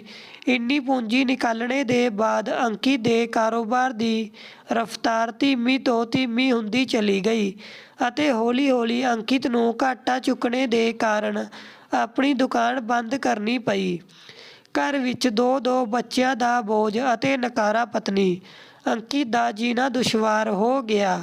ਗਰੀਬੀ ਦੇ ਉਹਨਾਂ ਦਿਨਾਂ ਵਿੱਚ ਉਸਦੇ ਕਿਸੇ ਦੋਸਤ ਨੇ ਉਸ ਨੂੰ ਫੈਕਟਰੀ ਵਿੱਚ ਕੰਮ ਦਿਲਵਾਇਆ ਅਤੇ ਇਸੀ ਫੈਕਟਰੀ ਵਿੱਚ ਜਦ ਉਸ ਨੂੰ ਆਪਣੀ ਮਾਂ ਦੇ ਹੱਥ ਤੋਂ ਪੁਰਸਕਾਰ ਮਿਲਿਆ ਤਾਂ ਉਹ ਬਹੁਤ ਚਕਰਾ ਗਿਆ। ਮਾਂ ਦੇ ਦੁਆਰਾ ਉਸਦੀ ਘੋਰ ਅਣਗਹਿਲੀ ਉਸ ਨੂੰ ਆਪਣੀ ਗਲਤੀ ਦਾ ਅਹਿਸਾਸ ਦਿਲਾ ਗਈ। ਉਹ ਆਪਣੇ ਦੁੱਖ ਨੂੰ ਨਾ ਤਾਂ ਆਪਣੀ ਪਤਨੀ ਨਾਲ ਸਾਂਝਾ ਕਰ ਸਕਦਾ ਸੀ ਅਤੇ ਨਾ ਹੀ ਦੋਸਤਾਂ ਨਾਲ, ਕਿਉਂਕਿ ਕੋਈ ਵੀ ਦੋਸਤ ਐਸੇ ਕਿਸੇ ਦੁਸ਼ਟ ਪੁੱਤ ਦੀ ਇੰਨੀ ਗੰਦੀ ਕਰਨੀ ਨੂੰ ਪਸੰਦ ਨਹੀਂ ਕਰ ਸਕਦਾ। ਐਤਵਾਰ ਦਾ ਦਿਨ ਸੀ। ਉਸਦੇ ਦਫ਼ਤਰ ਦੀ ਛੁੱਟੀ ਸੀ। ਅੰਕਿਤ ਆਪਣੀ ਪਤਨੀ ਦੇ ਨਾਲ ਸਕੂਟਰ ਪਰ ਰਾਧਾ ਗੋਪਾਲ ਜੀ ਦੀ ਪਹਾੜੀ ਪਰ ਸਥਿਤ ਮੰਦਿਰ ਪਰ ਦਰਸ਼ਨ ਦੇ ਲਈ ਗਿਆ। ਜਿਵੇਂ ਹੀ ਉਹ ਭਗਵਾਨ ਦੀ ਮੂਰਤੀ ਦੇ ਸਾਹਮਣੇ ਹੱਥ ਜੋੜ ਕੇ ਅਤੇ ਅੱਖਾਂ ਬੰਦ ਕਰ ਪ੍ਰਾਰਥਨਾ ਕਰਨ ਲੱਗਾ ਤਾਂ ਉਸ ਨੂੰ ਐਸਾ ਲੱਗਾ ਜਿਵੇਂ ਭਗਵਾਨ ਵੀ ਟੇਢੀ ਨਜ਼ਰ ਨਾਲ ਉਸਦੇ ਦੁਆਰਾ ਕੀਤੇ ਗਏ ਭਿਆਨਕ ਪਾਪ ਦੇ ਲਈ ਹੱਸ ਰਹੇ ਹੋਣ। ਘਬਰਾ ਕੇ ਉਸਨੇ ਅੱਖਾਂ ਖੋਲ੍ਹ ਲਈ। ਮੰਦਿਰ ਤੋਂ ਘਰ ਦੀ ਤਰਫ ਸਕੂਟਰ ਪਰ ਮੁੜ ਰਹੇ ਅੰਕਿਤ ਦੀ ਮਾਨਸਿਕ ਸਥਿਤੀ ਅਪਰਾਧ ਬੋਧ ਨਾਲ ਅਤੇ ਆਪਣੇ ਖੁਦ ਦੇ ਦੁਆਰਾ ਕੀਤੇ ਗਏ ਆਪਣੀ ਮਾਂ ਨੂੰ ਬੇਸਹਾਰਾ ਛੱਡਣੇ ਦੇ ਕੁਕਰਮ ਤੋਂ ਇੰਨਾ ਦੁਖੀ ਹੋ ਗਿਆ ਕਿ ਉਸ ਨੂੰ ਸਾਹਮਣੇ ਤੋਂ ਆਉਂਦਾ ਹੋਇਆ ਟਰੱਕ ਵੀ ਦਿਖਾਈ ਨਹੀਂ ਦਿੱਤਾ। ਤੇਜ਼ ਧੜਾਕੇ ਦੇ ਨਾਲ ਸਕੂਟਰ ਟਰੱਕ ਨਾਲ ਟਕਰਾਇਆ ਅਤੇ ਸ਼ਾਂਤੀ ਅਤੇ ਅੰਕਿਤ ਦੂਰ ਤੱਕ ਟਰੱਕ ਵਿੱਚ ਉਲਝੇ ਸਕੂਟਰ ਦੇ ਨਾਲ ਘਿਸਟਦੇ ਚਲੇ ਗਏ। ਅੰਤ ਵਿੱਚ ਟਰੱਕ ਦਾ ਪਹੀਆ ਅੰਕਿਤ ਦੇ ਸਿਰ ਦੇ ਉੱਪਰ ਤੋਂ ਹੁੰਦਾ ਹੋਇਆ ਗੁਜ਼ਰ ਗਿਆ ਅਤੇ ਉਸਦੇ ਸਿਰ ਦਾ ਕਚੂਮਰ ਨਿਕਲ ਗਿਆ ਅਤੇ ਸ਼ਾਂਤੀ ਦਾ ਇੱਕ ਪੈਰ ਅਤੇ ਇੱਕ ਹੱਥ ਪਹੀਏ ਦੇ ਨੀਚੇ ਦੱਬ ਕੇ ਹਮੇਸ਼ਾ ਦੇ ਲਈ ਸਰੀਰ ਤੋਂ ਅਲੱਗ ਹੋ ਗਿਆ। ਜਦ ਹੋਸ਼ ਆਇਆ ਤਾਂ ਸ਼ਾਂਤੀ ਦਹਾੜੇ ਮਾਰ ਕੇ ਰੋਣ ਲੱਗੀ। ਘਰ ਪਰ ਦੋਵੇਂ ਬੱਚਿਆਂ ਦੀ ਦੇਖਰੇਖ ਦੇ ਲਈ ਹੁਣ ਕੋਈ ਵੀ ਨਹੀਂ ਸੀ। ਸ਼ਾਂਤੀ ਦੇ ਮਾਇਕੇ ਤੋਂ ਉਸਦਾ ਭਾਈ ਜਤਿੰਦਰ ਆਇਆ ਤਾਂ ਸਹੀ, ਪਰ ਉਸ ਨੂੰ ਲੱਗਾ ਕਿ ਐਸੀ ਹਾਲਤ ਵਿੱਚ ਹੁਣੇ ਹਾਲ ਹੀ ਵਿੱਚ ਉਸ ਨੂੰ ਉਧਾਰੀ ਦੇ ਲਏ ਹੋਏ ਪੈਸੇ ਵਾਪਿਸ ਕਰਨੇ ਹੋਣਗੇ। ਇਹ ਸੋਚ ਕੇ ਇੱਥੇ ਇੱਕ ਦਿਨ ਆਪਣੀ ਭੈਣ ਦੇ ਕੋਲ ਰਹਿ ਕੇ ਅਤੇ ਬਹਾਨਾ ਬਣਾ ਕੇ ਘਰ ਵਾਪਿਸ ਮੁੜ ਗਿਆ। ਅੰਕਿਤ ਦੇ ਦੋਸਤ ਰਾਜੀਵ ਨੇ, ਜੋ ਉਸਦੇ ਨਾਲ ਫੈਕਟਰੀ ਵਿੱਚ ਕੰਮ ਕਰਦਾ ਸੀ, ਸਾਰੇ ਘਟਨਾਕ੍ਰਮ ਦੀ ਜਾਣਕਾਰੀ ਮੈਨੇਜਰ ਨੂੰ ਦਿੱਤੀ। ਮੈਨੇਜਰ ਨੇ ਫੋਨ ਨਾਲ ਪੂਰੀ ਜਾਣਕਾਰੀ ਆਪਣੇ ਮਾਲਿਕ ਰਜਿੰਦਰ ਨੂੰ ਦੇ ਦਿੱਤੀ। ਜਦ ਰਜਿੰਦਰ ਫੋਨ ਪਰ ਮੈਨੇਜਰ ਨਾਲ ਗੱਲ ਕਰ ਰਿਹਾ ਸੀ ਤਾਂ ਰਜਿੰਦਰ ਦੀ ਮਾਂ ਉੱਥੇ ਹੀ ਟੇਬਲ ਪਰ ਬੈਠ ਕੇ ਉਸਦੇ ਨਾਲ ਨਾਸ਼ਤਾ ਕਰ ਰਹੀ ਸੀ। ਅੰਕਿਤ ਜਸਵਾਲ ਦਾ ਨਾਮ ਸੁਣ ਕੇ ਉਹਨਾਂ ਦੇ ਕੰਨ ਖੜੇ ਹੋ ਗਏ ਅਤੇ ਉਹਨਾਂ ਨੇ ਰਜਿੰਦਰ ਤੋਂ ਪੁੱਛਿਆ, ਕਿਆ ਹੋਇਆ ਬੇਟਾ? ਰਜਿੰਦਰ ਨੇ ਕਿਹਾ, ਕੋਈ ਅੰਕਿਤ ਜਸਵਾਲ ਨਾਮ ਦਾ ਵਿਅਕਤੀ ਜੋ ਉਸਦੀ ਫੈਕਟਰੀ ਵਿੱਚ ਕੰਮ ਕਰਦਾ ਸੀ ਅਤੇ ਜੋ ਤੁਹਾਡੇ ਤੋਂ ਪੁਰਸਕਾਰ ਵੀ ਲੈ ਚੁੱਕਾ ਸੀ, ਅੱਜ ਅਚਾਨਕ ਐਕਸੀਡੈਂਟ ਵਿੱਚ ਮਰ ਗਿਆ ਹੈ। ਅੰਮਾ ਦੇ ਹੱਥ ਤੋਂ ਮੂੰਹ ਵਿੱਚ ਜਾਂਦਾ ਹੋਇਆ ਕੋਰ ਛੁੱਟ ਕੇ ਨੀਚੇ ਗਿਰ ਗਿਆ ਅਤੇ ਆਪਣੇ ਬੇਟੇ ਦੀ ਮੌਤ ਦੀ ਖਬਰ ਸੁਣ ਕੇ ਉਹਨਾਂ ਦੀ ਅੱਖਾਂ 'ਚ ਹੰਝੂ ਆ ਗਏ। ਕੁਝ ਪਲ ਚੁੱਪ ਰਹਿ ਕੇ ਉਹਨਾਂ ਨੇ ਰਜਿੰਦਰ ਨੂੰ ਦੱਸਿਆ ਕਿ ਅੰਕਿਤ ਉਹਨਾਂ ਦਾ ਉਹੀ ਇਕਲੌਤਾ ਬੇਟਾ ਸੀ ਜੋ ਉਹਨਾਂ ਨੂੰ ਵਿਦਿਸ਼ਾ ਦੇ ਮੰਦਿਰ ਵਿੱਚ ਛੱਡ ਕੇ ਚਲਾ ਗਿਆ ਸੀ। ਰਜਿੰਦਰ ਦੇ ਮੂੰਹ ਪਰ ਅੰਕਿਤ ਦੇ ਲਈ ਨਫ਼ਰਤ ਦੇ ਭਾਵ ਉੱਭਰ ਆਏ। ਉਹ ਬੋਲਿਆ, ਜੈਸੀ ਕਰਨੀ ਵੈਸੀ ਭਰਨੀ। ਜੋ ਆਪਣੀ ਮਾਂ ਦਾ ਹੀ ਨਹੀਂ ਹੋ ਸਕਿਆ ਸੀ, ਉਸਦੇ ਲਈ ਇਹੀ ਸਜ਼ਾ ਭਗਵਾਨ ਨੇ ਢੁਕਵੀਂ ਸਮਝੀ। ਮਾਂ ਕੁਝ ਦੇਰ ਖਾਮੋਸ਼ ਰਹੀ, ਫਿਰ ਅਚਾਨਕ ਹੀ ਉਹਨਾਂ ਨੇ ਕਿਹਾ, ਬੇਟਾ ਮੈਨੂੰ ਕੁਝ ਦਿਨਾਂ ਤੱਕ ਦੇ ਲਈ ਵਾਪਿਸ ਮਥੁਰਾ ਜਾਣਾ ਹੈ। ਅੰਕਿਤ ਦਾ ਅੰਤਿਮ ਸੰਸਕਾਰ ਵੀ ਕਰਨਾ ਹੈ ਅਤੇ ਅਨਾਥ ਹੋਏ ਬੱਚਿਆਂ ਨੂੰ ਵੀ ਦੇਖਣਾ ਹੈ। ਮੈਂ ਜਦ ਸਮੇਂ ਮਿਲੇਗਾ ਤਾਂ ਦੁਬਾਰਾ ਤੇਰੇ ਕੋਲ ਆ ਜਾਊਂਗੀ। ਮੇਰੇ ਜਾਣੇ ਦਾ ਇੰਤਜ਼ਾਮ ਕਰ ਦਿਓ। ਇੰਨਾ ਸੁਣ ਕੇ ਰਜਿੰਦਰ ਦੀ ਪਤਨੀ ਰੁਪਏ ਨਾਲ ਭਰਿਆ ਹੋਇਆ ਇੱਕ ਛੋਟਾ ਜਿਹਾ ਬੈਗ ਲੈ ਕੇ ਆਈ ਅਤੇ ਅੰਮਾ ਦੇ ਹੱਥ ਵਿੱਚ ਦਿੰਦੇ ਹੋਏ ਬੋਲੀ, ਮਾਂ ਹੀ ਥੋੜ੍ਹੇ ਜਿਹੇ ਪੈਸੇ ਹੈ, ਰੱਖ ਲਵੋ, ਤੁਹਾਨੂੰ ਉੱਥੇ ਕੰਮ ਆਉਣਗੇ। ਅੱਖਾਂ ਵਿੱਚ ਹੰਝੂ ਭਰੇ ਅੰਮਾ ਨੇ ਸਨੇਹ ਨਾਲ ਨੂੰਹ ਦੇ ਸਿਰ ਪਰ ਹੱਥ ਫੇਰਦੇ ਹੋਏ ਕਿਹਾ, ਬੇਟੀ ਹੁਣੇ ਮੈਂ ਤੇਰੇ ਤੋਂ ਇਹ ਪੈਸੇ ਨਹੀਂ ਲੈ ਸਕਦੀ। ਤੇਰਾ ਪਿਆਰ ਅਤੇ ਸਨੇਹ ਮੇਰੇ ਲਈ ਸਭ ਤੋਂ ਬੜੀ ਪੂੰਜੀ ਹੈ। ਤੁਸੀਂ ਲੋਕਾਂ ਨੇ ਮੈਨੂੰ ਬੇਸਹਾਰਾ ਨੂੰ ਪਨਾਹ ਦਿੱਤੀ, ਇਹੀ ਬਹੁਤ ਹੈ। ਮੈਂ ਤੁਹਾਡੇ ਪਰ ਹੋਰ ਬੋਝ ਨਹੀਂ ਬਣੂੰਗੀ। ਰਜਿੰਦਰ ਨੇ ਪੈਸਿਆਂ ਨਾਲ ਭਰਿਆ ਹੋਇਆ ਉਹ ਬੈਗ ਮਾਂ ਦੇ ਸਮਾਨ ਵਿੱਚ ਜ਼ਬਰਦਸਤੀ ਰੱਖ ਦਿੱਤਾ। ਕੋਈ ਮਾਂ ਆਪਣੇ ਬੇਟੇ ਪਰ ਕਿਵੇਂ ਬੋਝ ਹੋ ਸਕਦੀ ਹੈ? ਜੇਕਰ ਤੁਸੀਂ ਇਹ ਪੈਸੇ ਨਹੀਂ ਲੈ ਕੇ ਜਾਓਗੀ ਤਾਂ ਮੈਨੂੰ ਲੱਗੇਗਾ ਕਿ ਸ਼ਾਇਦ ਮੇਰੇ ਤੋਂ ਕੋਈ ਬੜਾ ਅਪਰਾਧ ਹੋ ਗਿਆ ਹੈ, ਜਿਸ ਦੀ ਸਜ਼ਾ ਤੁਸੀਂ ਮੈਨੂੰ ਦੇ ਰਹੀ ਹੋ। ਚੁੱਪਚਾਪ ਪੈਸੇ ਰੱਖ ਲਓ ਮਾਂ, ਨਹੀਂ ਤਾਂ ਮੈਂ ਰੋ ਪਊਂਗਾ। ਅੰਮਾ ਅੱਖਾਂ ਵਿੱਚ ਹੰਝੂ ਭਰੇ ਆਪਣਾ ਸਮਾਨ ਲੈ ਕੇ ਕਾਰ ਵਿੱਚ ਬੈਠ ਗਈ ਅਤੇ ਕਾਰ ਉਹਨਾਂ ਨੂੰ ਲੈ ਕੇ ਆਪਣੇ ਘਰ ਮਥੁਰਾ ਦੀ ਤਰਫ ਚੱਲ ਪਈ। ਅੰਮਾ ਜੀ ਦੀ ਗੱਡੀ ਗਵਾਲੀਅਰ ਪਾਰ ਕਰ ਚੁੱਕੀ ਸੀ।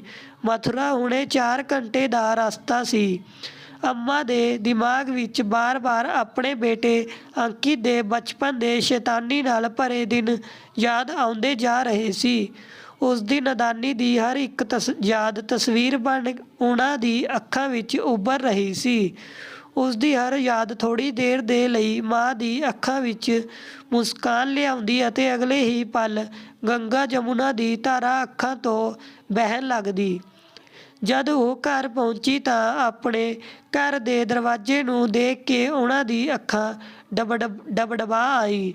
ਉਹਨਾਂ ਨੂੰ ਇਵੇਂ ਲੱਗਾ ਜਿਵੇਂ ਉਹਨਾਂ ਦੇ ਪਤੀ ਸੇਠ ਰੋਸ਼ਨ ਲਾਲ ਦਰਵਾਜ਼ਾ ਖੋਲ੍ਹ ਕੇ ਖੜ੍ਹੇ ਹੋ ਜਾਣਗੇ, ਜਾਂ ਫਿਰ ਉਹਨਾਂ ਦਾ ਬੇਟਾ ਅੰਕਿਤ ਮਾਂ ਪੁਕਾਰਦੇ ਹੋਏ ਚਲਾ ਆਵੇਗਾ।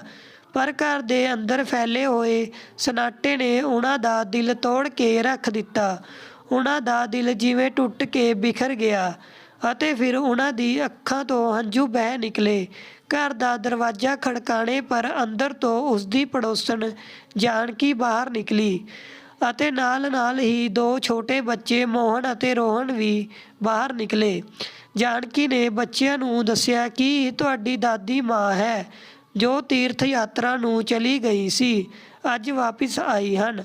ਅੰਕਿਤ ਨੇ ਮਾਂ ਨੂੰ ਵਿਦਿਸ਼ਾ ਛੱਡ ਕੇ ਆਉਣੇ ਦੇ ਬਾਅਦ ਸਾਰਿਆਂ ਨੂੰ ਇਹੀ ਦੱਸ ਰੱਖਿਆ ਸੀ ਕਿ ਉਸ ਦੀ ਮਾਂ ਹਰਿਦੁਆਰ ਵਿੱਚ ਅਤੇ ਬਨਾਰਸ ਵਿੱਚ ਤੀਰਥਵਾਸ ਕਰ ਰਹੀ ਹੈ ਅਤੇ ਹੁਣ ਉਹਨਾਂ ਦਾ ਸੰਸਾਰ ਦੀ ਮੋਹ ਮਾਇਆ ਤੋਂ ਵਿਸ਼ਵਾਸ ਉੱਠ ਗਿਆ ਹੈ, ਇਸ ਲਈ ਉਹ ਘਰ ਨਹੀਂ ਆਉਣਗੀ।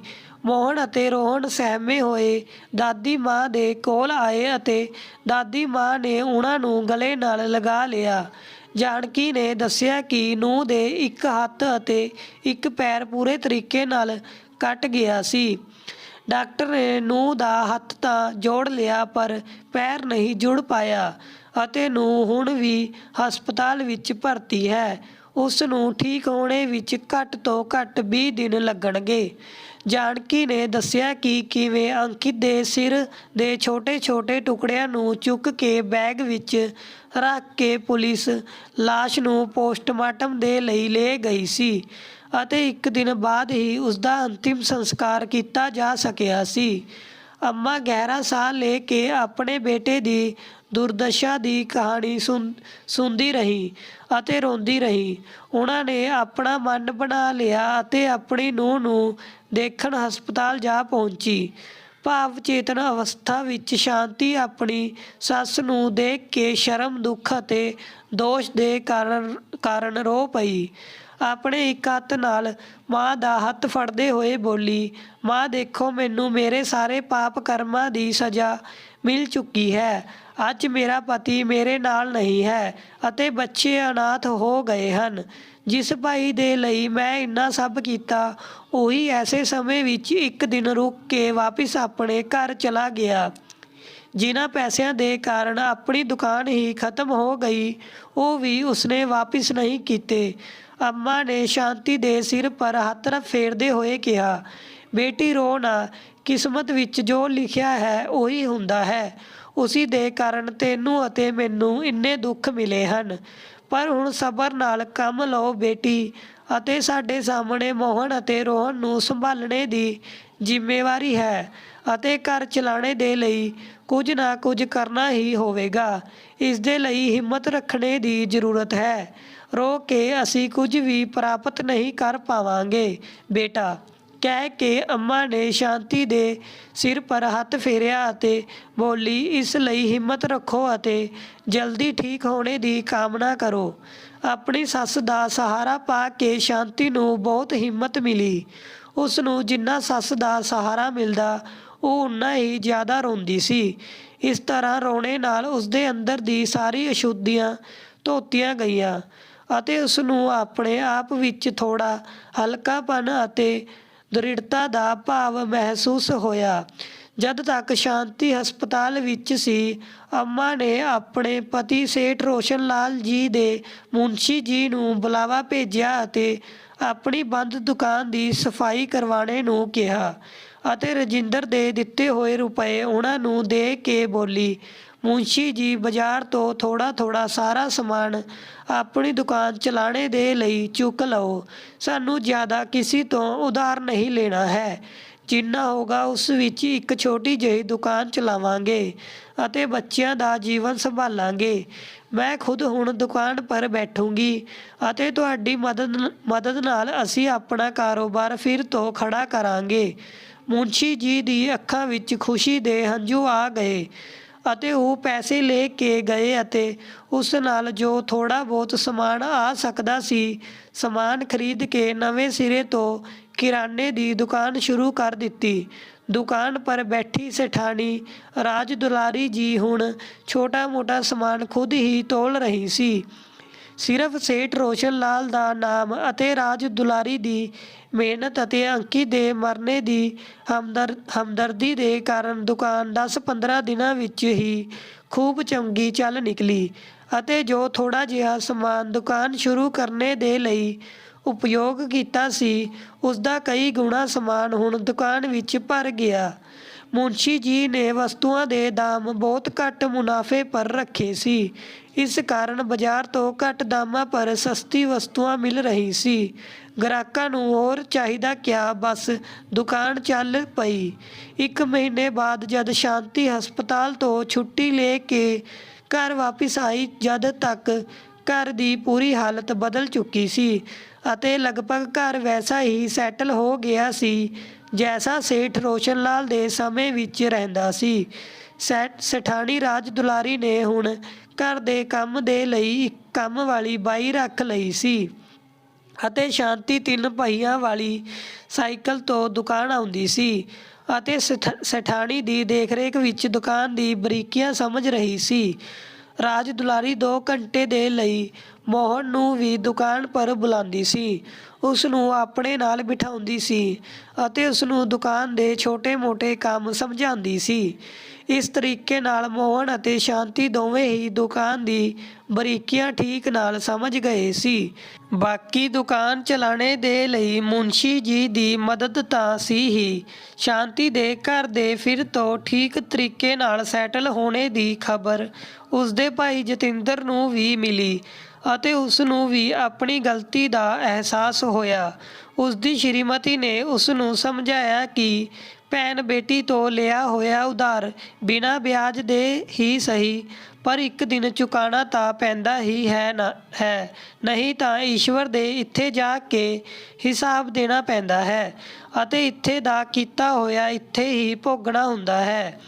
ਸ਼ਾਂਤੀ ਦਾ ਭਾਈ ਜਤਿੰਦਰ ਹੁਣ 2 ਲੱਖ ਰੁਪਏ ਲੈ ਕੇ ਸ਼ਾਂਤੀ ਦੇ ਕੋਲ ਆਇਆ ਅਤੇ ਬੋਲਿਆ, ਸ਼ਾਂਤੀ, ਜਦ ਤੈਨੂੰ ਪੈਸੇ ਦੀ ਬਹੁਤ ਜ਼ਰੂਰਤ ਸੀ, ਜਦ ਮੈਂ ਤੈਨੂੰ ਪੈਸੇ ਵਾਪਿਸ ਨਹੀਂ ਕਰ ਪਾਇਆ, ਹੁਣ ਮੈਂ ਤੈਨੂੰ 2 ਲੱਖ ਰੁਪਏ ਹੁਣੇ ਵਾਪਿਸ ਕਰ ਰਿਹਾ ਹਾਂ।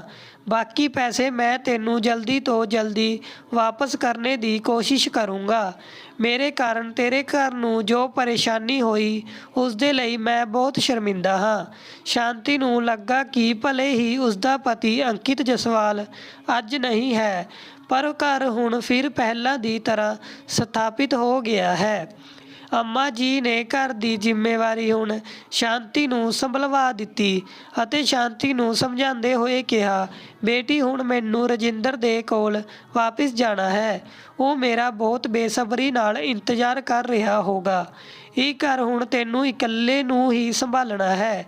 ਸ਼ਾਂਤੀ ਨੇ ਅੰਮਾ ਨੂੰ ਬਹੁਤ ਰੋਕਿਆ, ਪਰ ਇੰਨਾ ਕਹਿ ਕੇ ਮੋਹਨ ਅਤੇ ਰੋਹਨ ਨੂੰ ਪਿਆਰ ਕਰਕੇ ਅੰਮਾ ਟ੍ਰੇਨ ਤੋਂ ਵਾਪਿਸ ਭੋਪਾਲ ਦੀ ਤਰਫ ਚੱਲ ਪਈ। ਰਾਤ 9 ਵਜੇ ਮਥੁਰਾ ਤੋਂ ਟ੍ਰੇਨ ਵਿੱਚ ਚੜ੍ਹਨੇ ਦੇ ਬਾਅਦ ਅੰਮਾ ਜੀ ਥੱਕੀ ਹੋਈ ਤਾਂ ਸੀ ਹੀ, ਉਹ ਥੋੜ੍ਹੀ ਦੇਰ ਸੌ ਗਈ। ਉਹਨਾਂ ਨੂੰ ਸੁਪਨੇ ਵਿੱਚ ਵੀ ਰਜਿੰਦਰ ਨੂੰ, ਸੰਗੀਤਾ ਅਤੇ ਬੱਚੇ ਸੋਨੂ ਅਤੇ ਸਰਗਮ ਹੀ ਯਾਦ ਆਉਂਦੇ ਰਹੇ। ਪੂਰੀ ਰਾਤ ਉਹ ਰਜਿੰਦਰ ਅਤੇ ਰਜਿੰਦਰ ਦੇ ਪਰਿਵਾਰ ਦੇ ਸੁਪਨਿਆਂ ਵਿੱਚ ਹੀ ਗੁਆਚੀ ਰਹੀ। ਸਵੇਰੇ 6 ਵਜੇ ਸਿਟੀ ਐਕਸਪ੍ਰੈਸ ਭੋਪਾਲ ਪਲੇਟਫਾਰਮ ਪਰ ਲੱਗੀ। ਅੰਮਾ ਜੀ ਨੇ ਆਪਣਾ ਸਮਾਨ ਲਿਆ ਅਤੇ ਸਟੇਸ਼ਨ ਪਰ ਉਤਰ ਗਈ। ਸਮਾਨ ਜ਼ਿਆਦਾ ਤਾਂ ਸੀ ਨਹੀਂ। ਟਰਾਲੀ ਬੈਗ ਨੂੰ ਖਿੱਚਦੇ ਹੋਏ ਅਤੇ ਇੱਕ ਬੈਗ ਨੂੰ ਮੋਢੇ ਪਰ ਟੰਗੇ ਹੋਏ ਉਹ ਆਟੋ ਸਟੈਂਡ ਤੱਕ ਗਈ ਅਤੇ ਆਟੋ ਵਿੱਚ ਬੈਠ ਕੇ ਬੇਟੇ ਦੇ ਘਰ ਜਾ ਪਹੁੰਚੀ। ਆਟੋ ਵਾਲੇ ਨੂੰ ਪੈਸੇ ਦੇਣੇ ਦੇ ਬਾਅਦ ਉਹਨਾਂ ਨੇ ਡੋਰ ਬੈਲ ਵਜਾਈ। ਕੌਣ ਹੋਵੇਗਾ ਇੰਨੀ ਸਵੇਰੇ ਸੋਚਦੇ ਹੋਏ ਸੰਗੀਤਾ ਬਾਹਰ ਆਈ ਅਤੇ ਅੰਮਾ ਜੀ ਨੂੰ ਦੇਖ ਕੇ ਖੁਸ਼ੀ ਨਾਲ ਉਹਨਾਂ ਨਾਲ ਲਿਪਟ ਗਈ। ਅੰਮਾ ਜੀ ਦੇ ਪੈਰ ਛੂਹਣੇ ਦੇ ਬਾਅਦ ਸੰਗੀਤਾ ਨੇ ਉਹਨਾਂ ਦਾ ਬੈਗ ਲੈ ਲਿਆ ਅਤੇ ਜਾ ਕੇ ਰਜਿੰਦਰ ਨੂੰ ਜਗਾ ਦਿੱਤਾ। ਸੰਗੀਤਾ ਰਜਿੰਦਰ ਦੇ ਹੱਥ ਨੂੰ ਫੜ ਕੇ ਹਿਲਾਉਂਦੀ ਹੋਈ ਬੋਲੀ, "ਉੱਠੋ ਜੀ, ਦੇਖੋ ਕੌਣ ਆਇਆ ਹੈ। ਉੱਠੋ ਉੱਠੋ।" ਰਜਿੰਦਰ ਨੇ ਅੱਖਾਂ ਮਲਦੇ ਹੋਏ ਪੁੱਛਿਆ, "ਐਸਾ ਕੌਣ ਆ ਗਿਆ ਜਿਸ ਦੇ ਲਈ ਤੂੰ ਮੈਨੂੰ ਇੰਨੀ ਸਵੇਰੇ ਉਠਾ ਦਿੱਤਾ?" ਜਦੀ ਅੰਮਾ ਜੀ ਨੇ ਉਹਨਾਂ ਦੇ ਬੈੱਡਰੂਮ ਵਿੱਚ ਪ੍ਰਵੇਸ਼ ਕੀਤਾ ਅਤੇ ਰਜਿੰਦਰ ਦੇ ਬਾਲਾਂ ਵਿੱਚ ਆਪਣੀਆਂ ਉਂਗਲੀਆਂ ਫਸਾ ਕੇ ਸਨੇਹ ਨਾਲ ਉਸਦੇ ਮੱਥੇ ਨੂੰ ਛੂਹ ਲਿਆ। ਇਸ ਸਪਰਸ਼ ਨੂੰ ਰਜਿੰਦਰ ਭਲਾ ਕਿਵੇਂ ਭੁੱਲ ਸਕਦਾ ਸੀ। ਉਸਨੇ ਤੁਰੰਤ ਅੰਮਾ ਜੀ ਦੇ ਹੱਥ ਨੂੰ ਆਪਣੇ ਹੱਥਾਂ ਵਿੱਚ ਥਾਮ ਲਿਆ ਅਤੇ ਬੋਲਿਆ, "ਅੰਮਾ ਜੀ, ਤੁਸੀਂ ਕਦ ਆਈ?" ਅਤੇ ਉਸਦੇ ਹੱਥ ਤੁਰੰਤ ਹੀ ਅੰਮਾ ਜੀ ਦੇ ਪੈਰਾਂ ਦੀ ਤਰਫ ਵੱਧ ਗਏ। ਇੰਨੀ ਦੇਰ ਵਿੱਚ ਨੌਕਰਾਣੀ ਚਾਹ ਬਣਾ ਕੇ ਲੈ ਆਈ ਅਤੇ ਬਿਸਤਰ ਪਰ ਬੈਠੇ ਹੋਏ ਰਜਿੰਦਰ, ਸੰਗੀਤਾ ਅਤੇ ਅੰਮਾ ਜੀ ਨੇ ਚਾਹ ਪੀਣਾ ਸ਼ੁਰੂ ਕਰ ਦਿੱਤਾ। ਅੰਮਾ ਜੀ ਨੂੰ ਸੋਨੂ ਅਤੇ ਸਰਗਮ ਦੀ ਬਹੁਤ ਯਾਦ ਆ ਰਹੀ ਸੀ। ਝੱਟ ਨਾਲ ਚਾਹ ਖਤਮ ਕਰਕੇ ਅੰਮਾ ਜੀ ਬੱਚਿਆਂ ਦੇ ਕਮਰੇ ਦੀ ਤਰਫ ਵਧੀ ਅਤੇ ਸੋਏ ਹੋਏ ਸੋਨੂ ਅਤੇ ਸਰਗਮ ਨੂੰ ਉਹਨਾਂ ਨੇ ਆਪਣੇ ਹੱਥਾਂ ਨਾਲ ਪਿਆਰ ਕਰਨਾ ਸ਼ੁਰੂ ਕਰ ਦਿੱਤਾ। ਸੋਨੂ ਅਤੇ ਸਰਗਮ ਵੈਸੇ ਤਾਂ ਬਹੁਤ ਦੇਰ ਤੱਕ ਸੌਂਦੇ ਸੀ, ਪਰ ਇਸ ਸਪਰਸ਼ ਨੇ ਉਹਨਾਂ ਪਰ ਜਾਦੂ ਜਿਹਾ ਕੀਤਾ ਅਤੇ ਉਹ ਦੋਵੇਂ ਅੱਖਾਂ ਮਲਦੇ ਹੋਏ ਉੱਠ ਬੈਠੇ। ਸੋਨੂ ਨੇ ਅੰਮਾ ਜੀ ਨੂੰ ਦੇਖ ਕੇ ਤੁਰੰਤ ਉੱਠ ਕੇ ਉਹਨਾਂ ਦੀ ਗੋਦ ਵਿੱਚ ਆਪਣੀ ਜਗ੍ਹਾ ਘੇਰ ਲਈ ਅਤੇ ਉਹਨਾਂ ਦੇ ਗਲੇ ਵਿੱਚ ਹੱਥ ਪਾ ਕੇ ਉਹਨਾਂ ਦੇ ਗਲੇ ਪਰ ਚੁੰਮੀ ਲੈਂਦੇ ਹੋਏ ਬੋਲਿਆ, "ਦਾਦੀ, ਤੁਸੀਂ ਸਾਨੂੰ ਛੱਡ ਕੇ ਕਿੱਥੇ ਚਲੇ ਗਏ ਸੀ? ਸਾਨੂੰ ਤੁਹਾਡੀ ਬਹੁਤ ਯਾਦ ਆਉਂਦੀ ਸੀ ਅਤੇ ਮੈਂ ਵੀ ਬਹੁਤ ਰੋਂਦਾ ਵੀ ਸੀ। ਮੰਮੀ ਮੈਨੂੰ ਖਿਡੌਣਿਆਂ ਦਾ ਲਾਲਚ ਦੇ ਕੇ ਚੁੱਪ ਕਰਾ ਦਿੰਦੀ ਸੀ।" ਸਰਗਮ ਵੀ ਜਦ ਤੱਕ ਜਾਗ ਚੁੱਕੀ ਸੀ ਅਤੇ ਖੜੀ ਹੋ ਕੇ ਦਾਦੀ ਦੇ ਗਲੇ ਪਰ ਝੂਲ ਗਈ।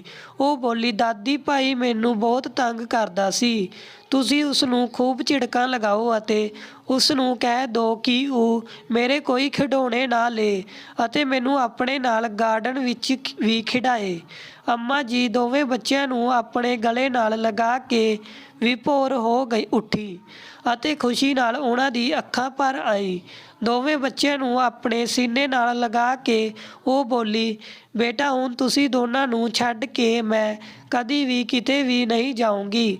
ਤੁਹਾਡੇ ਬਿਨਾਂ ਮੈਨੂੰ ਵੀ ਬਹੁਤ ਬੁਰਾ ਲੱਗਦਾ ਸੀ। ਹੁਣ ਮੈਂ ਆ ਗਈ ਹਾਂ। ਮੈਂ ਤੁਹਾਡੇ ਨਾਲ ਖੇਡੂੰਗੀ। ਮੈਨੂੰ ਵੀ ਖਿਡਾਓਗੇ ਨਾ?" ਦੋਵੇਂ ਬੱਚੇ ਬੋਲੇ, "ਹਾਂ ਦਾਦੀ, ਹੁਣ ਅਸੀਂ ਤਿੰਨੋਂ ਮਿਲ ਕੇ ਖੂਬ ਚੰਗੇ ਚੰਗੇ ਖੇਲ ਖੇਲਾਂਗੇ।" ਰਜਿੰਦਰ ਅਤੇ ਸੰਗੀਤਾ ਦੋਨਾਂ ਨੂੰ ਹੁਣ ਘਰ ਦੇ ਨਾਲ ਨਾਲ ਆਪਣੇ ਕਾਰੋਬਾਰ ਨੂੰ ਵੀ ਦੇਖਣਾ ਹੁੰਦਾ ਸੀ। ਇਸ ਕਾਰਨ ਦੋਨਾਂ ਦਾ ਸੋਸ਼ਲ ਵਰਕ ਬਹੁਤ ਵੱਧ ਚੁੱਕਾ ਸੀ। ਉਹ ਦੋਵੇਂ ਲਗਾਤਾਰ ਬਾਹਰ ਬਣੇ ਰਹਿੰਦੇ ਸੀ। ਘਰ ਦੀ ਸਾਰੀ ਜ਼ਿੰਮੇਵਾਰੀ ਅਤੇ ਦੇਖ ਰੇਖ ਹੁਣ ਫਿਰ ਤੋਂ ਅੰਮਾ ਜੀ ਦੇ ਮੋਢਿਆਂ ਪਰ ਆ ਗਈ। ਅੰਮਾ ਜੀ ਹੁਣ ਦਿਨ ਭਰ ਪੂਜਾ ਪਾਠ ਅਤੇ ਬੱਚਿਆਂ ਦੀ ਦੇਖਭਾਲ ਵਿੱਚ ਵਿਅਸਤ ਰਹਿੰਦੀ ਸੀ। ਸੋਨੂ ਅਤੇ ਸਰਗਮ ਉਹਨਾਂ ਨੂੰ 2 ਮਿੰਟ ਦੇ ਲਈ ਵੀ ਇਕੱਲਾ ਨਹੀਂ ਛੱਡਦੇ ਸੀ। ਖਾਣਾ ਬਣਾਉਣੇ ਵਾਲੀ ਬਾਈ ਦੇ ਹੁੰਦੇ ਹੋਏ ਵੀ ਰਜਿੰਦਰ, ਸੰਗੀਤਾ ਅਤੇ ਬੱਚਿਆਂ ਦੀ ਪਸੰਦ ਦਾ ਕੁਝ ਨਾ ਕੁਝ ਖਾਣਾ ਅੰਮਾ ਜੀ ਖੁਦ ਹੀ ਬਣਾਉਂਦੀ ਸੀ। ਸੋਨੂ ਅਤੇ ਸਰਗਮ ਬੜੀ ਮੁਸ਼ਕਿਲ ਨਾਲ ਸਕੂਲ ਜਾਂਦੇ ਸੀ, ਪਰ ਅੰਮਾ ਜੀ ਨੇ ਉਹਨਾਂ ਨੂੰ ਸਕੂਲ ਜਾਣੇ ਦੀ ਆਦਤ ਪਾ ਦਿੱਤੀ ਸੀ।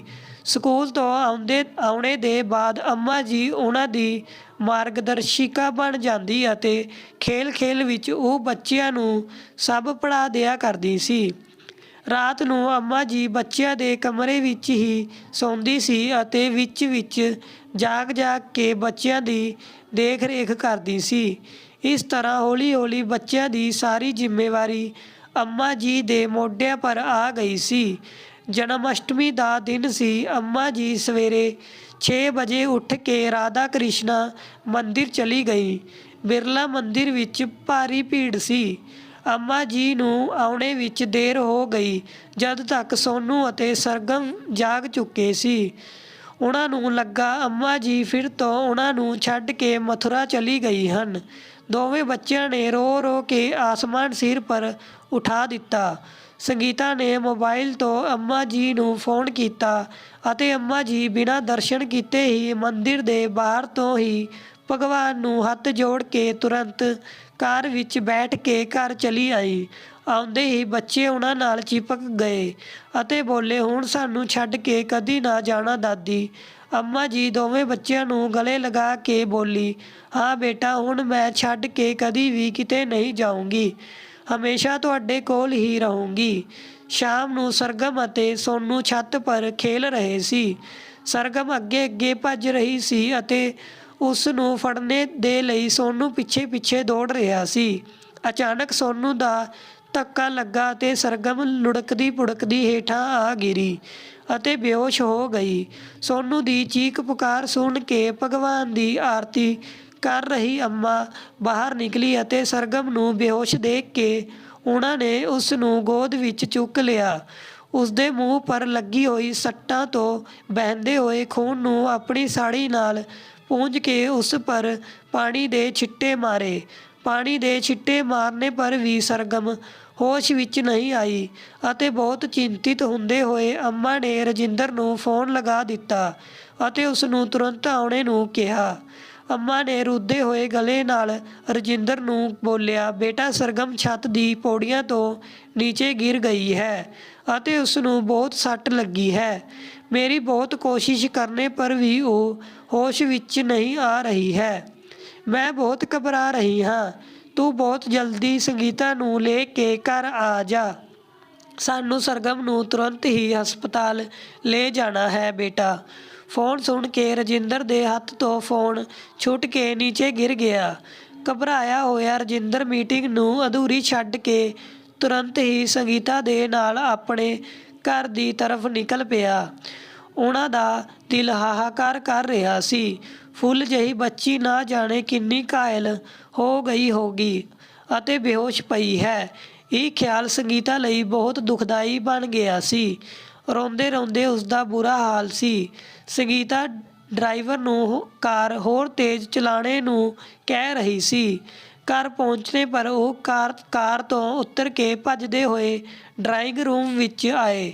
ਉੱਥੇ ਅੰਮਾ ਜੀ ਬੇਹੋਸ਼ ਸਰਗਮ ਨੂੰ ਗੋਦ ਵਿੱਚ ਲਏ ਹੋਏ ਦੁਖੀ ਹੋਈ ਬੈਠੀ ਸੀ। ਉਹਨਾਂ ਦੇ ਮੂੰਹ ਤੋਂ ਕੋਈ ਬੋਲ ਨਹੀਂ ਫੁੱਟ ਰਹੇ ਸੀ। ਅੱਜ ਉਹਨਾਂ ਦਾ ਸਾਰਾ ਸਾਹਸ ਕਿਤੇ ਖੋ ਗਿਆ ਸੀ। ਬਦਹਵਾਸ ਜਿਹੀ ਰਜਿੰਦਰ ਅਤੇ ਸੰਗੀਤਾ ਨੂੰ ਆਪਣੇ ਸਾਹਮਣੇ ਦੇਖ ਕੇ ਉਹਨਾਂ ਦੀ ਅੱਖਾਂ ਤੋਂ ਹੰਝੂ ਨਿਕਲ ਪਏ। ਰਜਿੰਦਰ ਨੇ ਸਰਗਮ ਨੂੰ ਗੋਦ ਵਿੱਚ ਲਿਆ ਅਤੇ ਸੰਗੀਤਾ ਅਤੇ ਅੰਮਾ ਜੀ ਨੂੰ ਨਾਲ ਲੈ ਕੇ ਹਸਪਤਾਲ ਦੀ ਤਰਫ ਚੱਲ ਪਏ। ਡਾਕਟਰ ਨੇ ਬੇਹੋਸ਼ ਸਰਗਮ ਦੀ ਮਰਮ ਪੱਟੀ ਕੀਤੀ ਅਤੇ ਉਸ ਨੂੰ ਇੰਜੈਕਸ਼ਨ ਲਗਾਏ। ਦਵਾਈਆਂ ਦੇ ਪ੍ਰਭਾਵ ਨਾਲ ਸਰਗਮ ਹੋਸ਼ ਵਿੱਚ ਆ ਗਈ, ਪਰ ਸੱਟ ਦੇ ਕਾਰਨ ਉਸ ਨੂੰ ਕੁਝ ਦਿਖਾਈ ਨਹੀਂ ਦੇ ਰਿਹਾ ਸੀ। ਉਹ ਪਾਪਾ ਅਤੇ ਦਾਦੀ ਦਾ ਹੱਥ ਫੜ ਕੇ ਕਹਿ ਰਹੀ ਸੀ, ਮਾਂ, ਇੰਨਾ ਅੰਧੇਰਾ ਹੈ, ਲਾਈਟ ਜਲਾ ਦੇਵੋ, ਮੈਨੂੰ ਕੁਝ ਦਿਖਾਈ ਨਹੀਂ ਦੇ ਰਿਹਾ ਹੈ।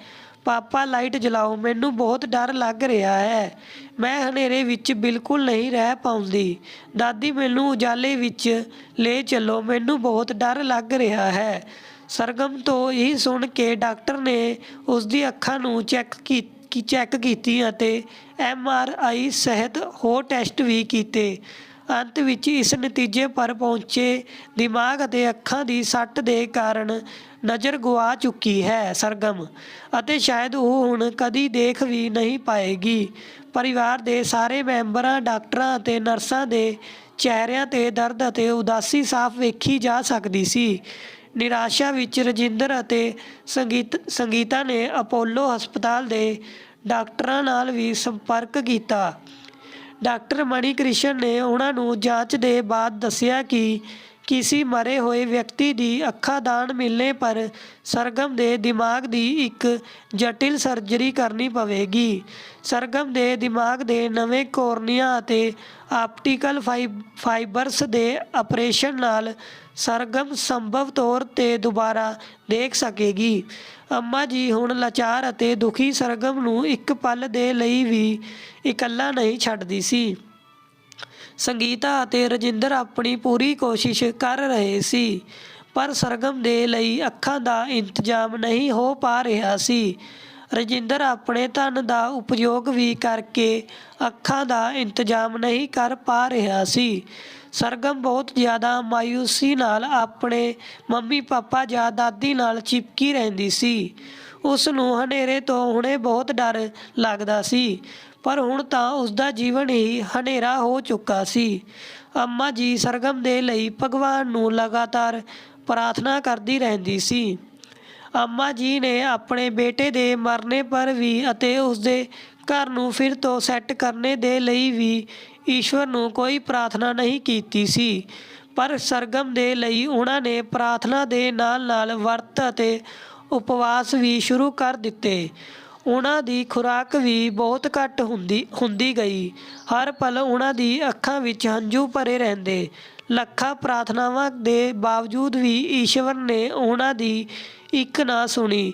ਇੱਕ ਦਿਨ ਅੰਮਾ ਦ੍ਰਿੜ ਇਰਾਦੇ ਨਾਲ ਰਾਧਾ ਕ੍ਰਿਸ਼ਨ ਮੰਦਿਰ ਪਹੁੰਚੀ ਅਤੇ ਭਗਵਾਨ ਦੇ ਅੱਗੇ ਹੱਥ ਜੋੜ ਕੇ ਮਨ ਹੀ ਮਨ ਵਿੱਚ ਬੋਲੀ, ਭਗਵਾਨ, ਮੇਰੀ ਸਰਗਮ ਨੇ ਤੁਹਾਡਾ ਕਿਆ ਵਿਗਾੜਿਆ ਸੀ ਜੋ ਉਸ ਨੂੰ ਜੀਵਨ ਭਰ ਦਾ ਅੰਧਕਾਰ ਦੇ ਦਿੱਤਾ। ਜੇਕਰ ਮੇਰੀ ਤੁਹਾਡੇ ਵਿੱਚ ਇੱਕ ਲੈਸ਼ ਮਾਤਰ ਵੀ ਸ਼ਕਤੀ ਹੈ ਤਾਂ ਉਸੀ ਦਾ ਵਾਸਤਾ ਦੇ ਕੇ ਮੈਂ ਅੱਜ ਤੁਹਾਡੇ ਤੋਂ ਮੇਰੀ ਬੇਟੀ ਦੀ ਅੱਖਾਂ ਮੰਗਦੀ ਹਾਂ। ਮੇਰੀ ਸਰਗਮ ਦੀ ਅੱਖਾਂ ਦੇ ਦੇਵੋ ਭਗਵਾਨ, ਚਾਹੇ ਉਸਦੇ ਬਦਲੇ ਵਿੱਚ ਭਲੇ ਮੇਰੀ ਜਾਨ ਲੈ ਲਓ, ਪਰ ਅੱਜ ਮੇਰੀ ਲਾਜ ਰੱਖ ਲਓ ਪ੍ਰਭੂ। ਮਨ ਵਿੱਚ ਐਸੀ ਪ੍ਰਾਰਥਨਾ ਕਰਦੇ ਹੋਏ ਉਹਨਾਂ ਦੀ ਅੱਖਾਂ ਤੋਂ ਹੰਝੂ ਵਹਿਣ ਲੱਗੇ।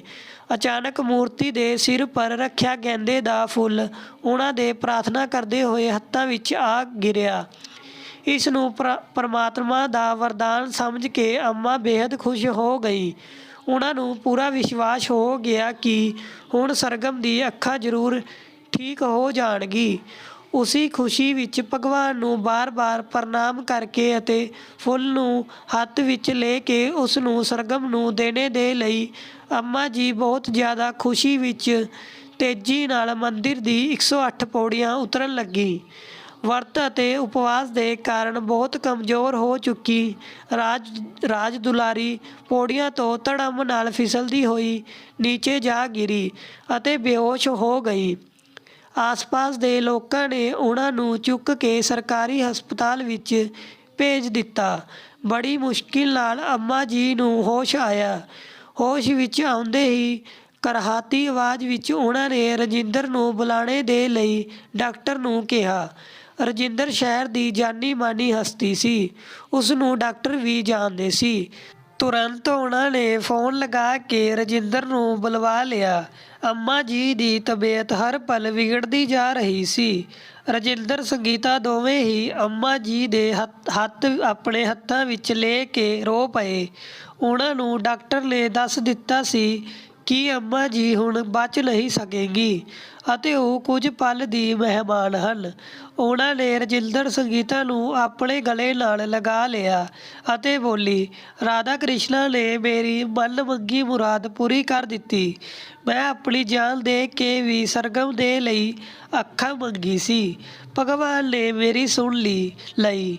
ਮੇਰੇ ਜਾਣੇ ਦੇ ਬਾਅਦ ਮੇਰੀ ਅੱਖਾਂ ਸਰਗਮ ਨੂੰ ਜ਼ਰੂਰ ਲਗਾ ਦੇਣਾ ਤਾਂ ਕਿ ਮੈਂ ਹਮੇਸ਼ਾ ਉਹਨਾਂ ਅੱਖਾਂ ਤੋਂ ਤੁਸੀਂ ਸਭ ਨੂੰ ਦੇਖ ਸਕਾਂ। ਰਜਿੰਦਰ, ਸੰਗੀਤਾ ਫੁੱਟ-ਫੁੱਟ ਕੇ ਰੋ ਰਹੇ ਸੀ। ਪਰ ਅੰਮਾ ਜੀ ਦੇ ਚਿਹਰੇ ਪਰ ਇੱਕ ਅਲੱਗ ਨੂਰ ਸੀ। ਸੰਗੀਤਾ ਅਤੇ ਰਜਿੰਦਰ ਦੇ ਹੱਥ ਥਾਮੇ ਹੋਏ ਉਹਨਾਂ ਨੇ ਰਾਧੇ ਜੀ ਕ੍ਰਿਸ਼ਨਾ ਕਹਿੰਦੇ ਹੋਏ ਆਪਣੇ ਪ੍ਰਾਣ ਤਿਆਗ ਦਿੱਤੇ। ਸਭ ਨੂੰ ਰੋਂਦਾ ਛੱਡ ਕੇ ਅੰਮਾ ਜੀ ਚੱਲ ਬਸੀ। ਰਜਿੰਦਰ ਅੰਮਾ ਦੀ ਮੌਤ ਨਾਲ ਦਹਾੜੇ ਮਾਰ ਕੇ ਰੋਇਆ। ਡਾਕਟਰ ਨੇ ਤੁਰੰਤ ਉਹਨਾਂ ਦੀ ਅੱਖਾਂ ਕੱਢ ਕੇ ਸੁਰੱਖਿਅਤ ਕਰ ਲਈ ਅਤੇ ਰਜਿੰਦਰ ਨੇ ਅਪੋਲੋ ਹਸਪਤਾਲ ਦੇ ਡਾਕਟਰ ਮਣੀ ਕ੍ਰਿਸ਼ਨ ਨੂੰ ਫੋਨ ਕਰਕੇ ਅੰਮਾ ਜੀ ਦੀ ਅੱਖਾਂ ਡੋਨੇਟ ਕਰਨੇ ਦੀ ਜਾਣਕਾਰੀ ਦੇ ਦਿੱਤੀ ਅਤੇ ਉਹਨਾਂ ਨੂੰ ਫਲਾਈਟ ਤੋਂ ਤੁਰੰਤ ਆਉਣ ਦਾ ਅਨੁਰੋਧ ਕੀਤਾ। ਡਾਕਟਰ ਮਣੀ ਕ੍ਰਿਸ਼ਨ ਨੂੰ ਕੇਸ ਦੀ ਪੂਰੀ ਜਾਣਕਾਰੀ ਸੀ, ਇਸ ਲਈ ਬੱਚੀ ਦੇ ਭਵਿੱਖ ਨੂੰ ਧਿਆਨ ਵਿੱਚ ਰੱਖਦੇ ਹੋਏ ਉਹ ਉਸੀ ਦਿਨ ਦੁਪਹਿਰ ਤੱਕ ਭੋਪਾਲ ਆ ਗਏ ਅਤੇ ਸਰਗਮ ਦਾ ਜਟਿਲ ਆਪਰੇਸ਼ਨ ਸ਼ੁਰੂ ਕਰ ਦਿੱਤਾ। ਲਗਭਗ 6 ਘੰਟੇ ਤੱਕ ਡਾਕਟਰ ਆਪਰੇਸ਼ਨ ਵਿੱਚ ਲੱਗੇ ਰਹੇ। ਜਦ ਉਹ ਆਪਰੇਸ਼ਨ ਥੀਏਟਰ ਤੋਂ ਬਾਹਰ ਨਿਕਲੇ ਤਾਂ ਉਹਨਾਂ ਨੇ ਰਜਿੰਦਰ ਸੰਗੀਤਾ ਨੂੰ ਵਧਾਈ ਦਿੰਦੇ ਹੋਏ ਕਿਹਾ, ਇਹ ਬਹੁਤ ਗੁੰਝਲਦਾਰ ਆਪਰੇਸ਼ਨ ਸੀ, ਪਰ ਸ਼ਾਇਦ ਰੱਬ ਦੀ ਕਿਰਪਾ ਸੀ ਕਿ ਇਹ ਸਫਲ ਹੋ ਗਿਆ। ਤੁਹਾਡੀ ਬੇਟੀ ਹੁਣ ਫਿਰ ਤੋਂ ਦੇਖ ਪਾਏਗੀ। ਇੱਕ ਹਫ਼ਤੇ ਬਾਅਦ ਅੱਜ ਸਰਗਮ ਦੀ ਅੱਖਾਂ ਦੀ ਪੱਟੀ ਖੁੱਲ੍ਹਣੀ ਸੀ। ਡਾਕਟਰ ਨੇ ਸਰਗਮ ਤੋਂ ਪੁੱਛਿਆ, ਤੁਸੀਂ ਸਭ ਤੋਂ ਪਹਿਲਾਂ ਕਿਸ ਨੂੰ ਦੇਖਣਾ ਚਾਹੋਗੇ? ਸਰਗਮ ਨੇ ਕਿਹਾ, ਮੈਂ ਸਭ ਤੋਂ ਪਹਿਲਾਂ ਆਪਣੀ ਦਾਦੀ ਨੂੰ ਦੇਖਣਾ ਚਾਹੂੰਗੀ, ਮੰਮੀ ਪਾਪਾ ਨੂੰ ਵੀ ਅਤੇ ਸੋਨੂ ਭਾਈ ਨੂੰ। ਰਜਿੰਦਰ ਸੰਗੀਤਾ ਰੋ ਪਏ। ਉਹਨਾਂ ਨੇ ਘਰ ਤੋਂ ਅੰਮਾ ਜੀ ਦੀ ਫੋਟੋ ਮੰਗਵਾਈ। ਸਰਗਮ ਦੀ ਇੱਛਾ ਦੇ ਅਨੁਸਾਰ ਅੱਖਾਂ ਤੋਂ ਪੱਟੀ ਹਟਣੇ ਦੇ ਬਾਅਦ ਉਸ ਨੇ ਸਭ ਤੋਂ ਪਹਿਲਾਂ ਆਪਣੀ ਪਿਆਰੀ ਦਾਦੀ ਨੂੰ ਹੀ ਦੇਖਿਆ। ਸਰਗਮ ਬੋਲੀ, ਇਹ ਤਾਂ ਦਾਦੀ ਦੀ ਫੋਟੋ ਹੈ, ਦਾਦੀ ਕਿੱਥੇ ਹੈ? ਮੈਨੂੰ ਉਹਨਾਂ ਨਾਲ ਗੱਲ ਕਰਨੀ ਹੈ। ਰਜਿੰਦਰ ਸੰਗੀਤਾ, ਡਾਕਟਰ ਅਤੇ ਨਰਸ, ਉੱਥੇ ਖੜ੍ਹੇ ਹੋਏ ਸਾਰੇ ਲੋਕ ਆਪਣੀ ਅੱਖਾਂ ਤੋਂ ਹੰਝੂਆਂ ਨੂੰ ਨਹੀਂ ਰੋਕ ਪਾਏ। ਸੰਗੀਤਾ ਨੇ ਕਿਹਾ, ਬੇਟਾ ਦਾਦੀ ਹੁਣ ਅਸੀਂ ਸਭ ਦੇ ਦਿਲਾਂ ਵਿੱਚ ਰਹਿੰਦੀ ਹੈ, ਤੈਨੂੰ ਉੱਥੇ ਹੀ ਦਿਖਣਗੀ। ਹੋਰ ਕੁਝ ਨਹੀਂ ਸਮਝਦੀ ਹੋਈ ਮਾਸੂਮ ਸਰਗਮ ਆਪਣੀ ਮਾਂ ਦੇ ਗਲੇ ਵਿੱਚ ਬਾਹਾਂ ਪਾ ਕੇ ਉਹਨਾਂ ਨਾਲ ਚਿਪਕ ਗਈ। ਸਟੋਰੀ ਕਿਵੇਂ ਲੱਗੀ ਲਾਈਕ ਕਮੈਂਟ ਕਰਕੇ ਜ਼ਰੂਰ ਦੱਸਿਓ ਜੀ। ਧੰਨਵਾਦ ਜੀ।